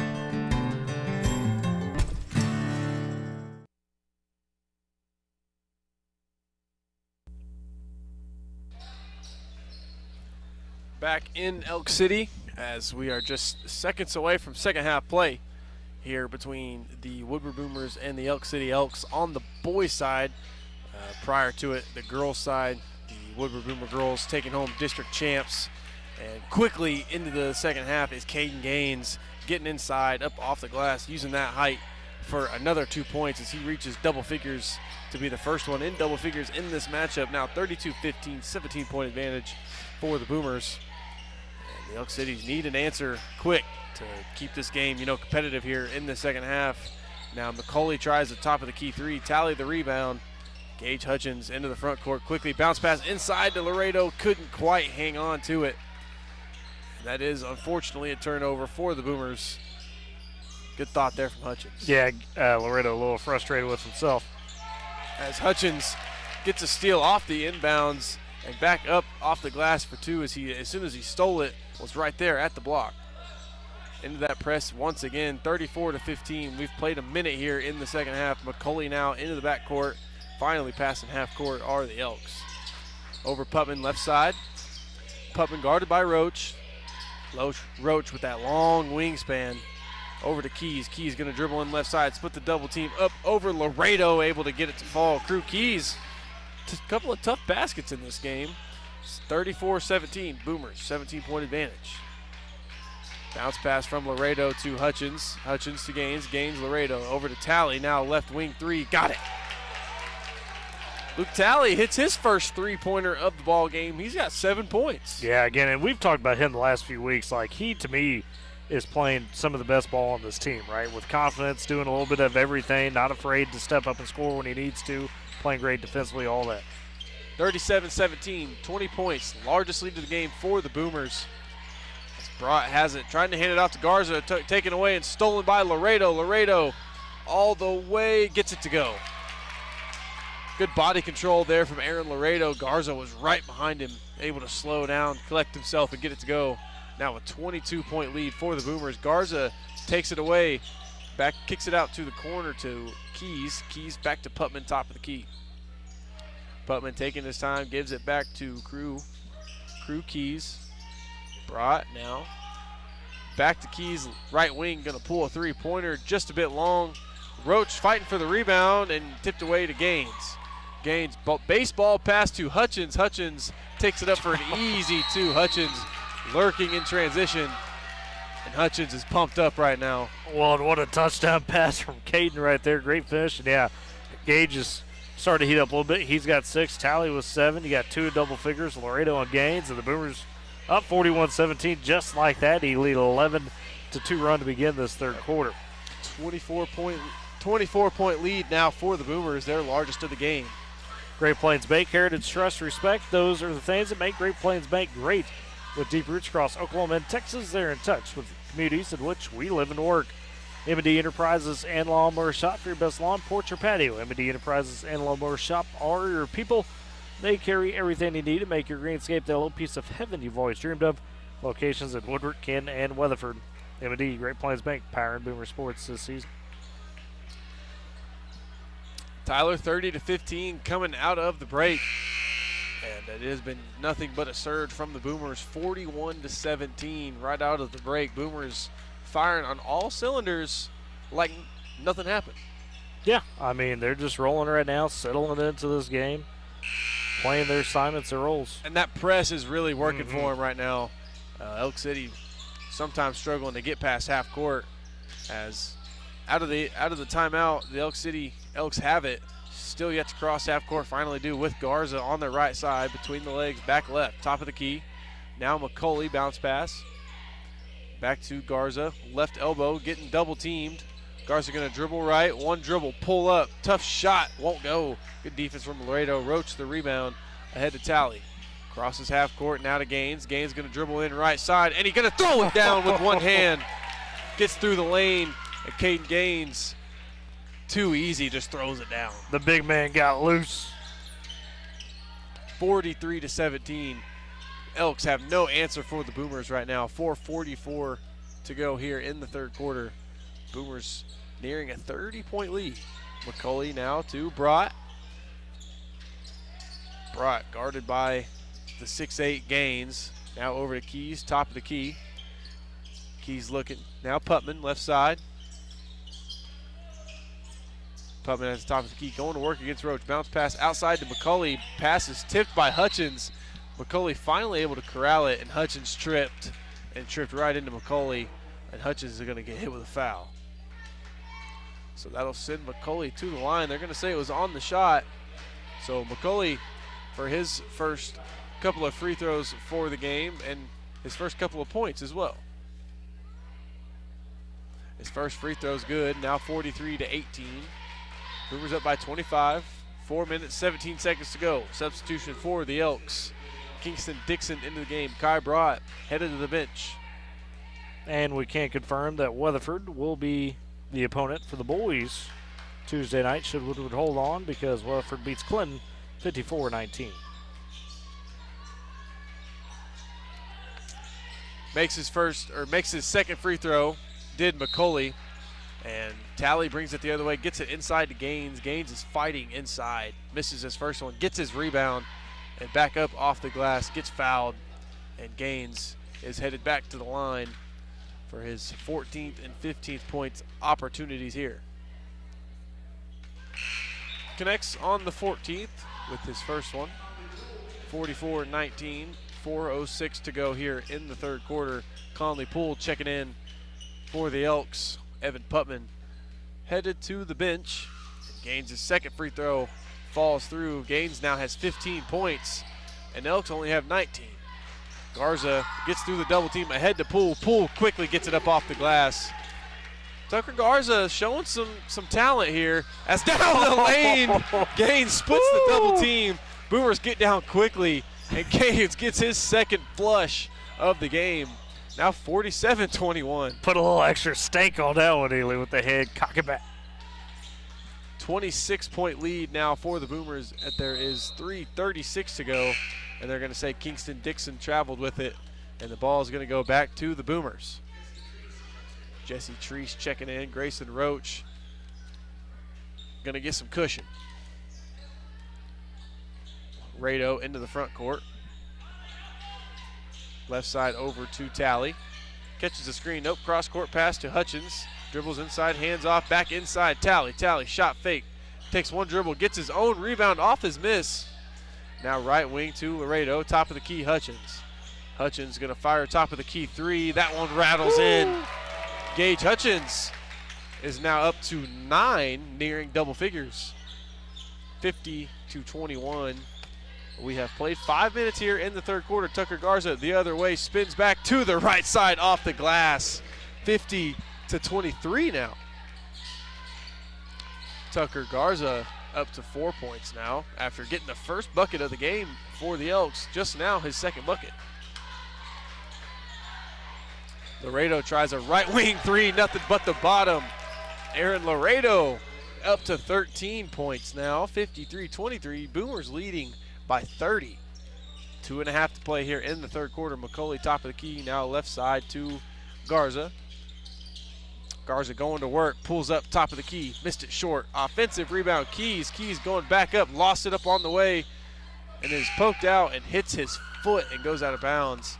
Ball will be back to the Boomers. Dawson Heckert checking in.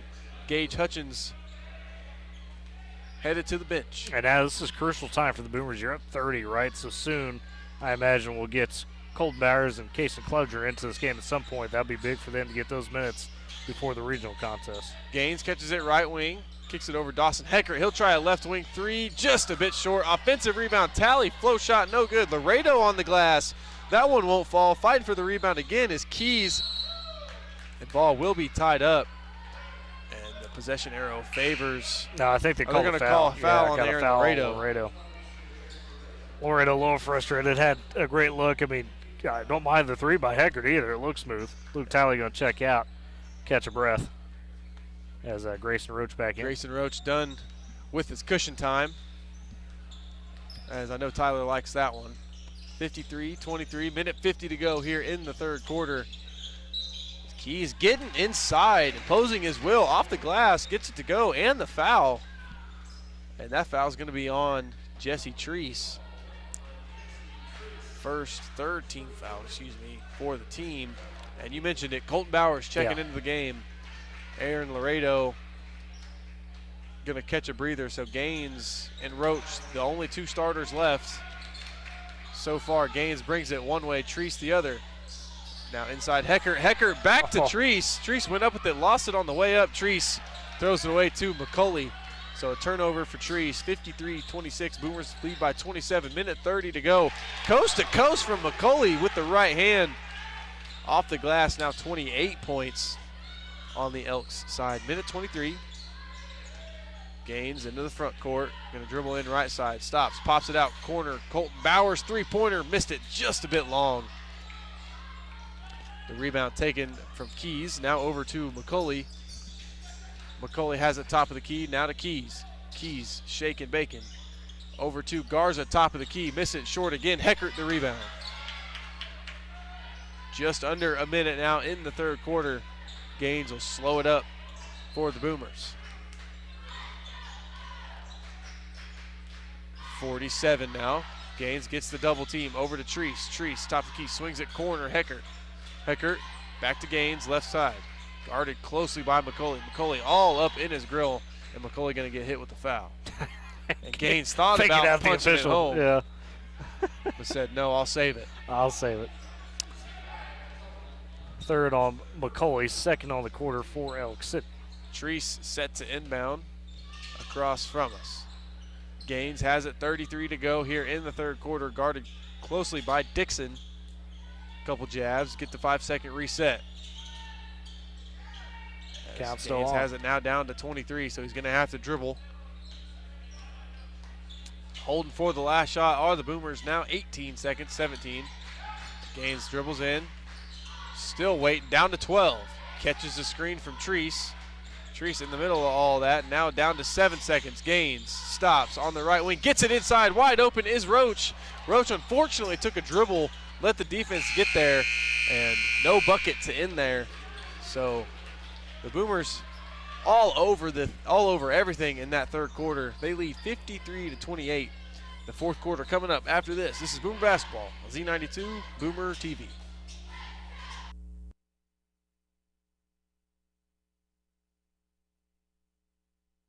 Communities in every way, Sealing State Bank is thrilled to bring hometown banking closer to you with a brand new branch in Woodward. Welcome! Now offering full-service banking close to home, from personal checking and savings to home and commercial loans, Sealing State Bank has you covered. Enjoy the convenience of mobile and online banking, wire transfers, and so much more. Sealing State Bank, your trusted partner in Woodward. Come visit at 2314 Williams Avenue and experience hometown banking at its best.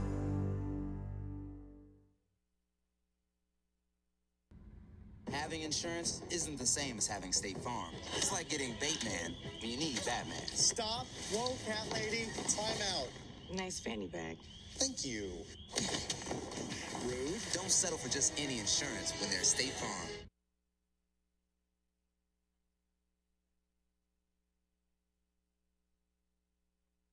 Underway here. Boomers lead by 25, 53-28. Elks controlling things here, right to left. Boomers going left to right here in the final frame of this district matchup. Winner of this, crowned district champions, will play Weatherford. Elk City beginning things here. Garza, free throw line pull-up won't go. Roach takes the rebound into the front court. The original starting five on the court for the Boomers. Hutchins has it left side, now to Gaines, guarded by Dixon. Gaines top of the key. Holding it like Jordan. Now dribbles back outside, controlling the offense, telling Aaron, come get it. Bounce pass to him, top of the key. Now over to Talley, left side. Gaines flashes. Now over Hutchins, right wing, thinking about it. Has some room to shoot it, as he won't shoot it though. Laredo now has it right wing, dribbles back up, looking for somewhere to go. Talley now right corner, gonna shoot the three-pointer, rattled out. All right, Luke. All right, Luke. I see the conference. As the rebound, yeah, absolutely. As the rebound is taken by Garza. Full court pass to Poole, who can't get his corner three to go. Gaines steals the rebound from Roach, and he says sorry. 6:42 to go. Boomers still lead by 25. No bucket yet here in the fourth quarter, as it does look like the Boomers trying to, on purpose, kind of take their time here. Yeah, no reason to rush these possessions, right? You got a big 25-point lead, so obviously you still want the reps with these five that are starting right now. It starts back in, but yeah, don't have to rush these possessions. Laredo inbounds for the Boomers. Inbounds left corner to Gaines. He tries a three-pointer, won't go. Gage gets the offensive rebound and puts it back up, and that is the third Boomer in double figures now for the Boomers, with Gage reaching 11. Got Gaines with 17, Laredo with 13, and Talley not too far off with 7. McCauley has it, swings it back. Dixon fires a deep three on the left wing. That one won't go. Gaines gets the rebound, bounce pass to Talley, quickly ahead to Roach, pass tipped by Garza. So out of bounds. We'll stay here with the Boomers. Laredo going to check out with Jesse Treese checking in for him. Talley sets it inbound, gets it to Roach, left corner, back out left wing. Treese just a bit long.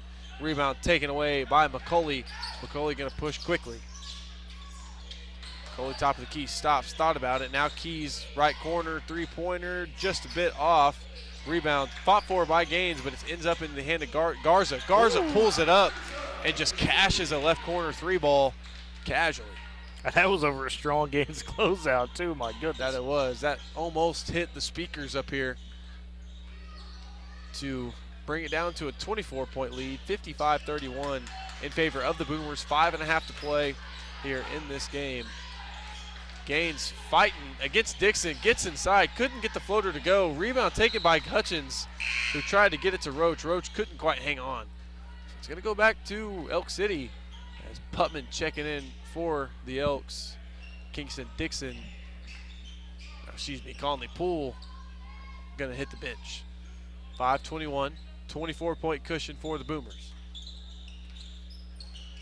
McCauley into the front court, hands it off to Keys, back to Keys, is at the top of the key. His three-pointer won't go as the rebound taken by Gaines.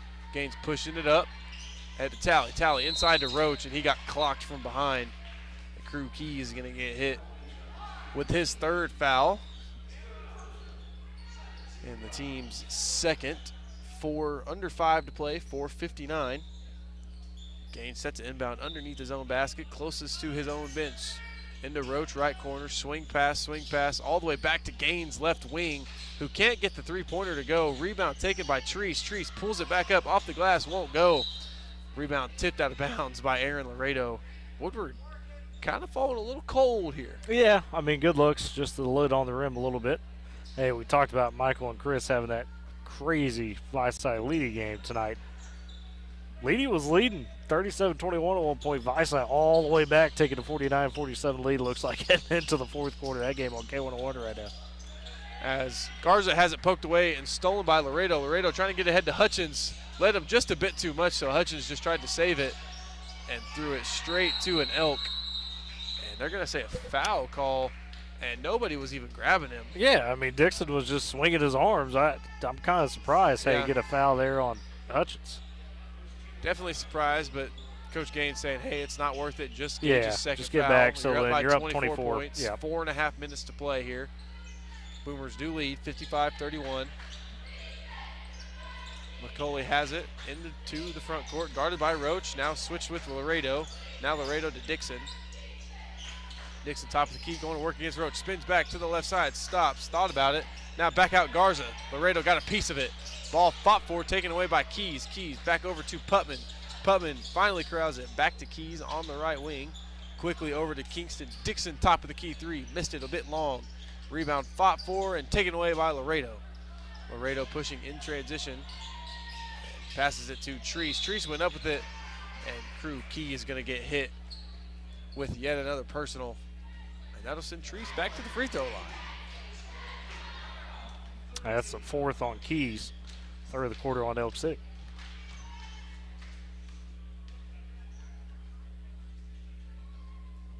Treese hits his first one. Now, quarter century lead here for the Boomers. That's 25 for you guys who don't know. 56-31. 3:50 to play here. Oh, Treese for his second free throw. That one misses just a bit, but Caden Gaines gets the rebound and couldn't get his follow through to go. It is tipped out of bounds by Zachariah McCauley. Couple substitutions. Colton Bowers checking into the game, number 21 on the Elk City side. Gavin Bradshaw and Gaines inbounds to Laredo.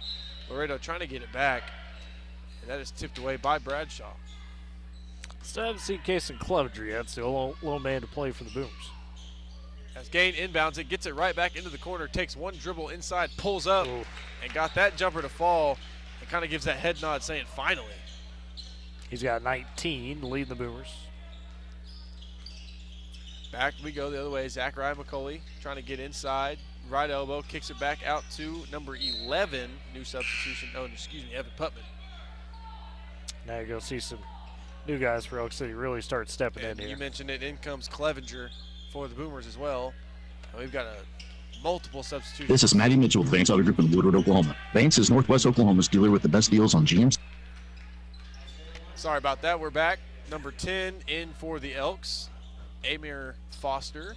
Number 15, Isaiah Lane, who has it in the right corner, who gives it back to Bradshaw. And last one, number 12, Gus O'Hara. I would imagine Lucy's brother. And Case and Closure were in 15 tonight, not as usual 13. Lane has it, guarded by Treese, and Treese just takes it from him. And Lane able to get it back and draw a foul on Jesse Treese.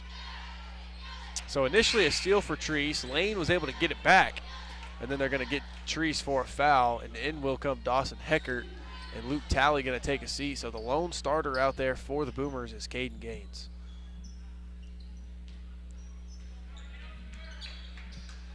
So Elk City inbounds to number 21, Gavin Bradshaw. Bradshaw going to work against Heckert.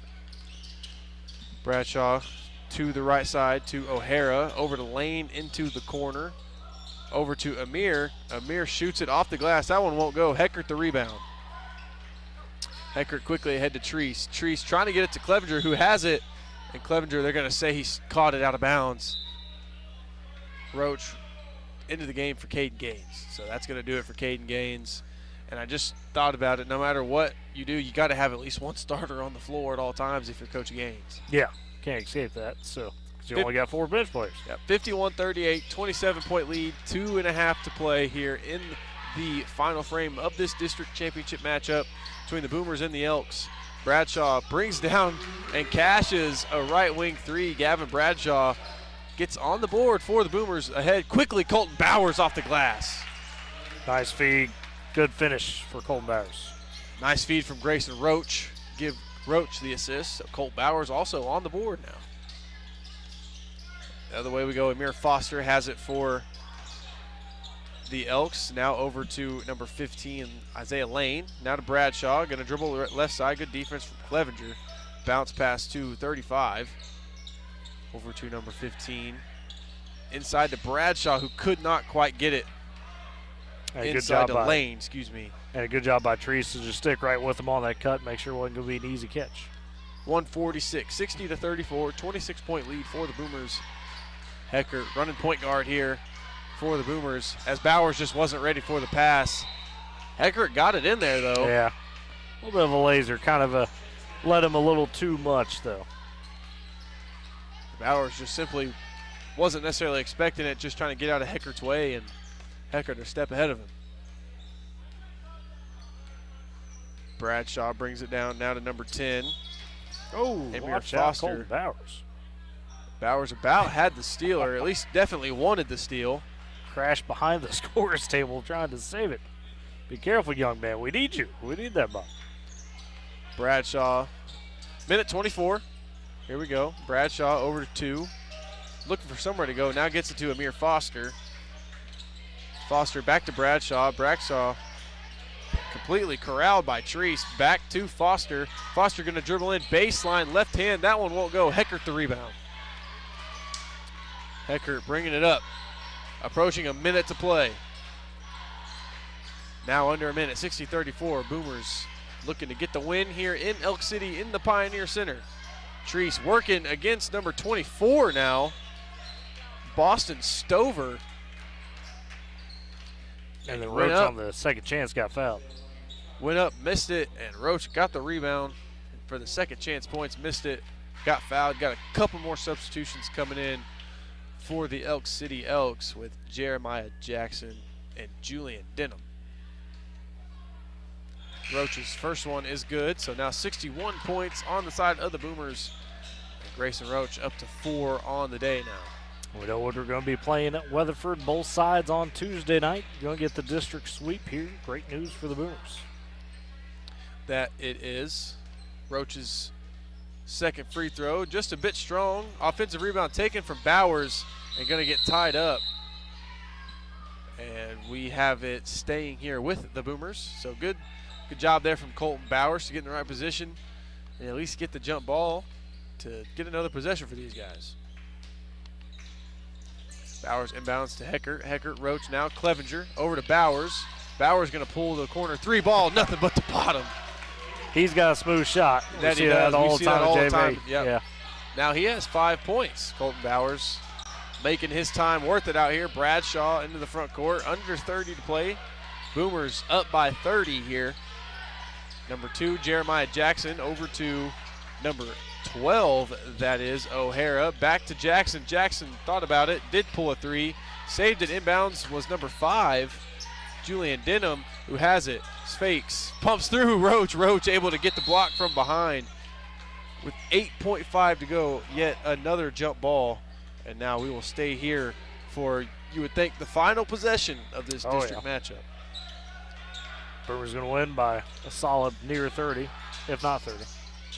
Jackson looking to get it inside, and he finally does. Bradshaw going to bring it out. He will pull the three-pointer and miss it just a bit short. Bowers the rebound, and he's going to pull the 70%, 70-foot field goal, and it won't go. That'll do it. Boomers win by 30. The Woodward Boomer girls and boys, both district champions here in Elk City. Got the post-game stats coming up after this. Boomer basketball on Z92 Boomer TV. Communities in every way, Sealing State Bank is thrilled. Out here in western Oklahoma, folks know quality when they see it, and that's exactly what you'll find at Vance Auto Group of Woodward. For years, we've proudly supplied Chrysler, Dodge, Jeep, and Ram vehicles. 40 years Oklahoma tough. Not just across our state, but to drivers all over the region. Hard-working folks, hard-working trucks. Whether you're after rugged performance or everyday comfort, Cars, trucks, and SUVs. Vance is here to help you find the perfect fit. Dodge, Ram, and GMC. Visit Vance Auto Group of Woodward, where it's comfortable to buy a car.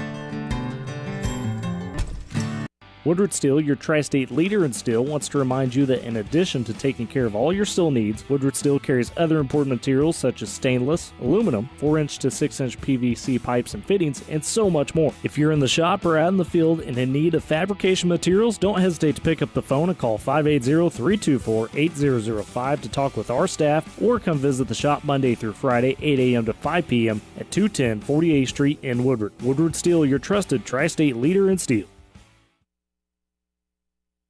Nothing like being from Western Oklahoma. It's family and community. It's spring storms and winter wheat.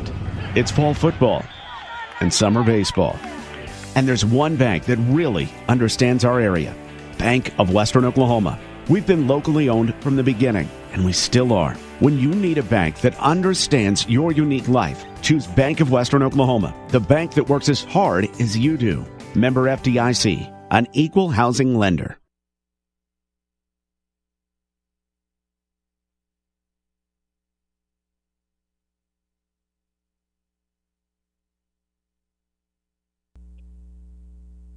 And back in Elk City, the Pioneer Center, final time. The Boomers win it 64-34 over the Elks. They take the district championship for the second year in the row. That means they'll play Tuesday night with the girls in Weatherford against the Lady Eagles. Getting it done are the Boomers. And again, you had double-digit performances from King Gaines, Aaron Laredo, Gage Hutchins, all did their things. And then you got those other pieces, you know. Luke Talley was 7. You had Jesse Treese off the bench with 5 points. You had Colton Bowers come in and gets a handful of points. I mean, everybody touched the floor tonight, the 9 for the Boomers, and everybody contributed equally. Total team win there. Yeah, it was, and it was fun to watch. It was good to see, you know, not a huge setback, but it was good to see this team, both teams, really come out here and win that district champs. And you know, the big story of the night's going to be the girls team. I mean, they big underdogs, haven't beat this team in over 2 years, and they come out and they have the best fourth quarter they've probably had all year, and where the fourth quarter hasn't been their friend this whole entire season, and come out and get it done when it matters most. And not only the boys doing what they're supposed to do in 30-point fashion. It's been a special night to be a Boomer. Yeah, big momentum. The girls improved to 9-16. The boys now 17-8 on the season. We'll step aside for a final break, come back, put the final bow on things. This is Boomer Basketball on Z92 and Boomer TV. Supporting communities in every way, Sealing State Bank is thrilled to bring hometown banking closer to you with a brand new branch in Woodward. Welcome! Now offering full-service banking close to home, from personal checking and savings to home and commercial loans, Sealing State Bank has you covered. Enjoy the convenience of mobile and online banking, wire transfers, and so much more. Sealing State Bank, your trusted partner in Woodward. Come visit at 2314 Williams Avenue and experience hometown banking at its best. This is Matty Mitchell with Vance Auto Group in Woodward, Oklahoma. Vance is Northwest Oklahoma's dealer with the best deals on GMC, Chevrolet, Dodge, Chrysler, Jeep, and Ram. Vance also has a great selection of quality pre-owned vehicles. No matter if your credit is good, bad, or somewhere in the middle, Vance is the home of the 100% credit approval, and we almost always beat your bank. Plus, we have 0% financing on select new models. And this month, Vance is donating $50 for every vehicle sold to help the Woodward County Sheriff's Department purchase life-saving equipment. We support Northwest Oklahoma, so give Vance a chance and buy local.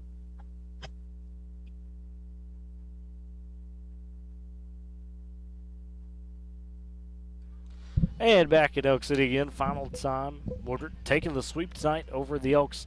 Girls get it 42-40 in an absolute, 41-38. That was the boys' scores from earlier over at Viside, but 41-38, the girls win it. Boys take it 64-34, and again, so that means Tuesday night will be in Weatherford, as the Boomers will have Weatherford on both sides. They took care of Clinton tonight in their districts. One of those teams going to punch their ticket to area with a win. The other going to have to battle through that constellation side of the bracket. But hey, that's the goal. Give yourself a chance, right? And the Boomers have done that. The girls going to be playing with a ton of confidence. Kaylee Mills' mother came over afterwards. We were talking off air for a quick second. And she's like, hey, we're going to be a dark horse. These girls playing confident. They're excited. Of course, the boys, despite the challenges tonight, came out looking good. Ely, any final thoughts you got on this? Yeah, real quick. Obviously, been a great night. I will say one thing. It kind of sucks. Everyone knows you wants to come up here and, celebrate with you, and I'm just kind of over here, sad by myself. That's not No, I'm just kidding. But come on. In terms of punching their ticket, we just heard from, once again, one of Tyler's buddies, Leedy, up by 30 seconds to go. Maybe go check that out on K101. Michael Barnes, Chris Eubanks over there after this. So that got is a good finish over there in Visai. Golly. And, of course, we'll pick up action on Round Ball Roundup next week with that. We'll let you know, morning show, kind of what the plans are. There's an area going to be hosting Woodward for B1. That'd be teams like Sealing, Arnett, some of those. So excited to see those. Texoma. They got a big win earlier today. So there are a lot of good teams there to play with. And, of course, we'll be following Woodward all the way through the regional next week. With that said, folks, got to thank Ty Gay back in studio, doing a great job on production. My man Ely Double here calling both games, carrying those. Appreciate him. And, of course, shout out to Chris Scott as well as always, making sure we're set up ready to go on the Boomer TV side of things as well. And with that, folks, we'll catch you Tuesday night in Weatherford. The Eagles Nest Boomers. Weatherford coming up for regionals. Good night, everybody.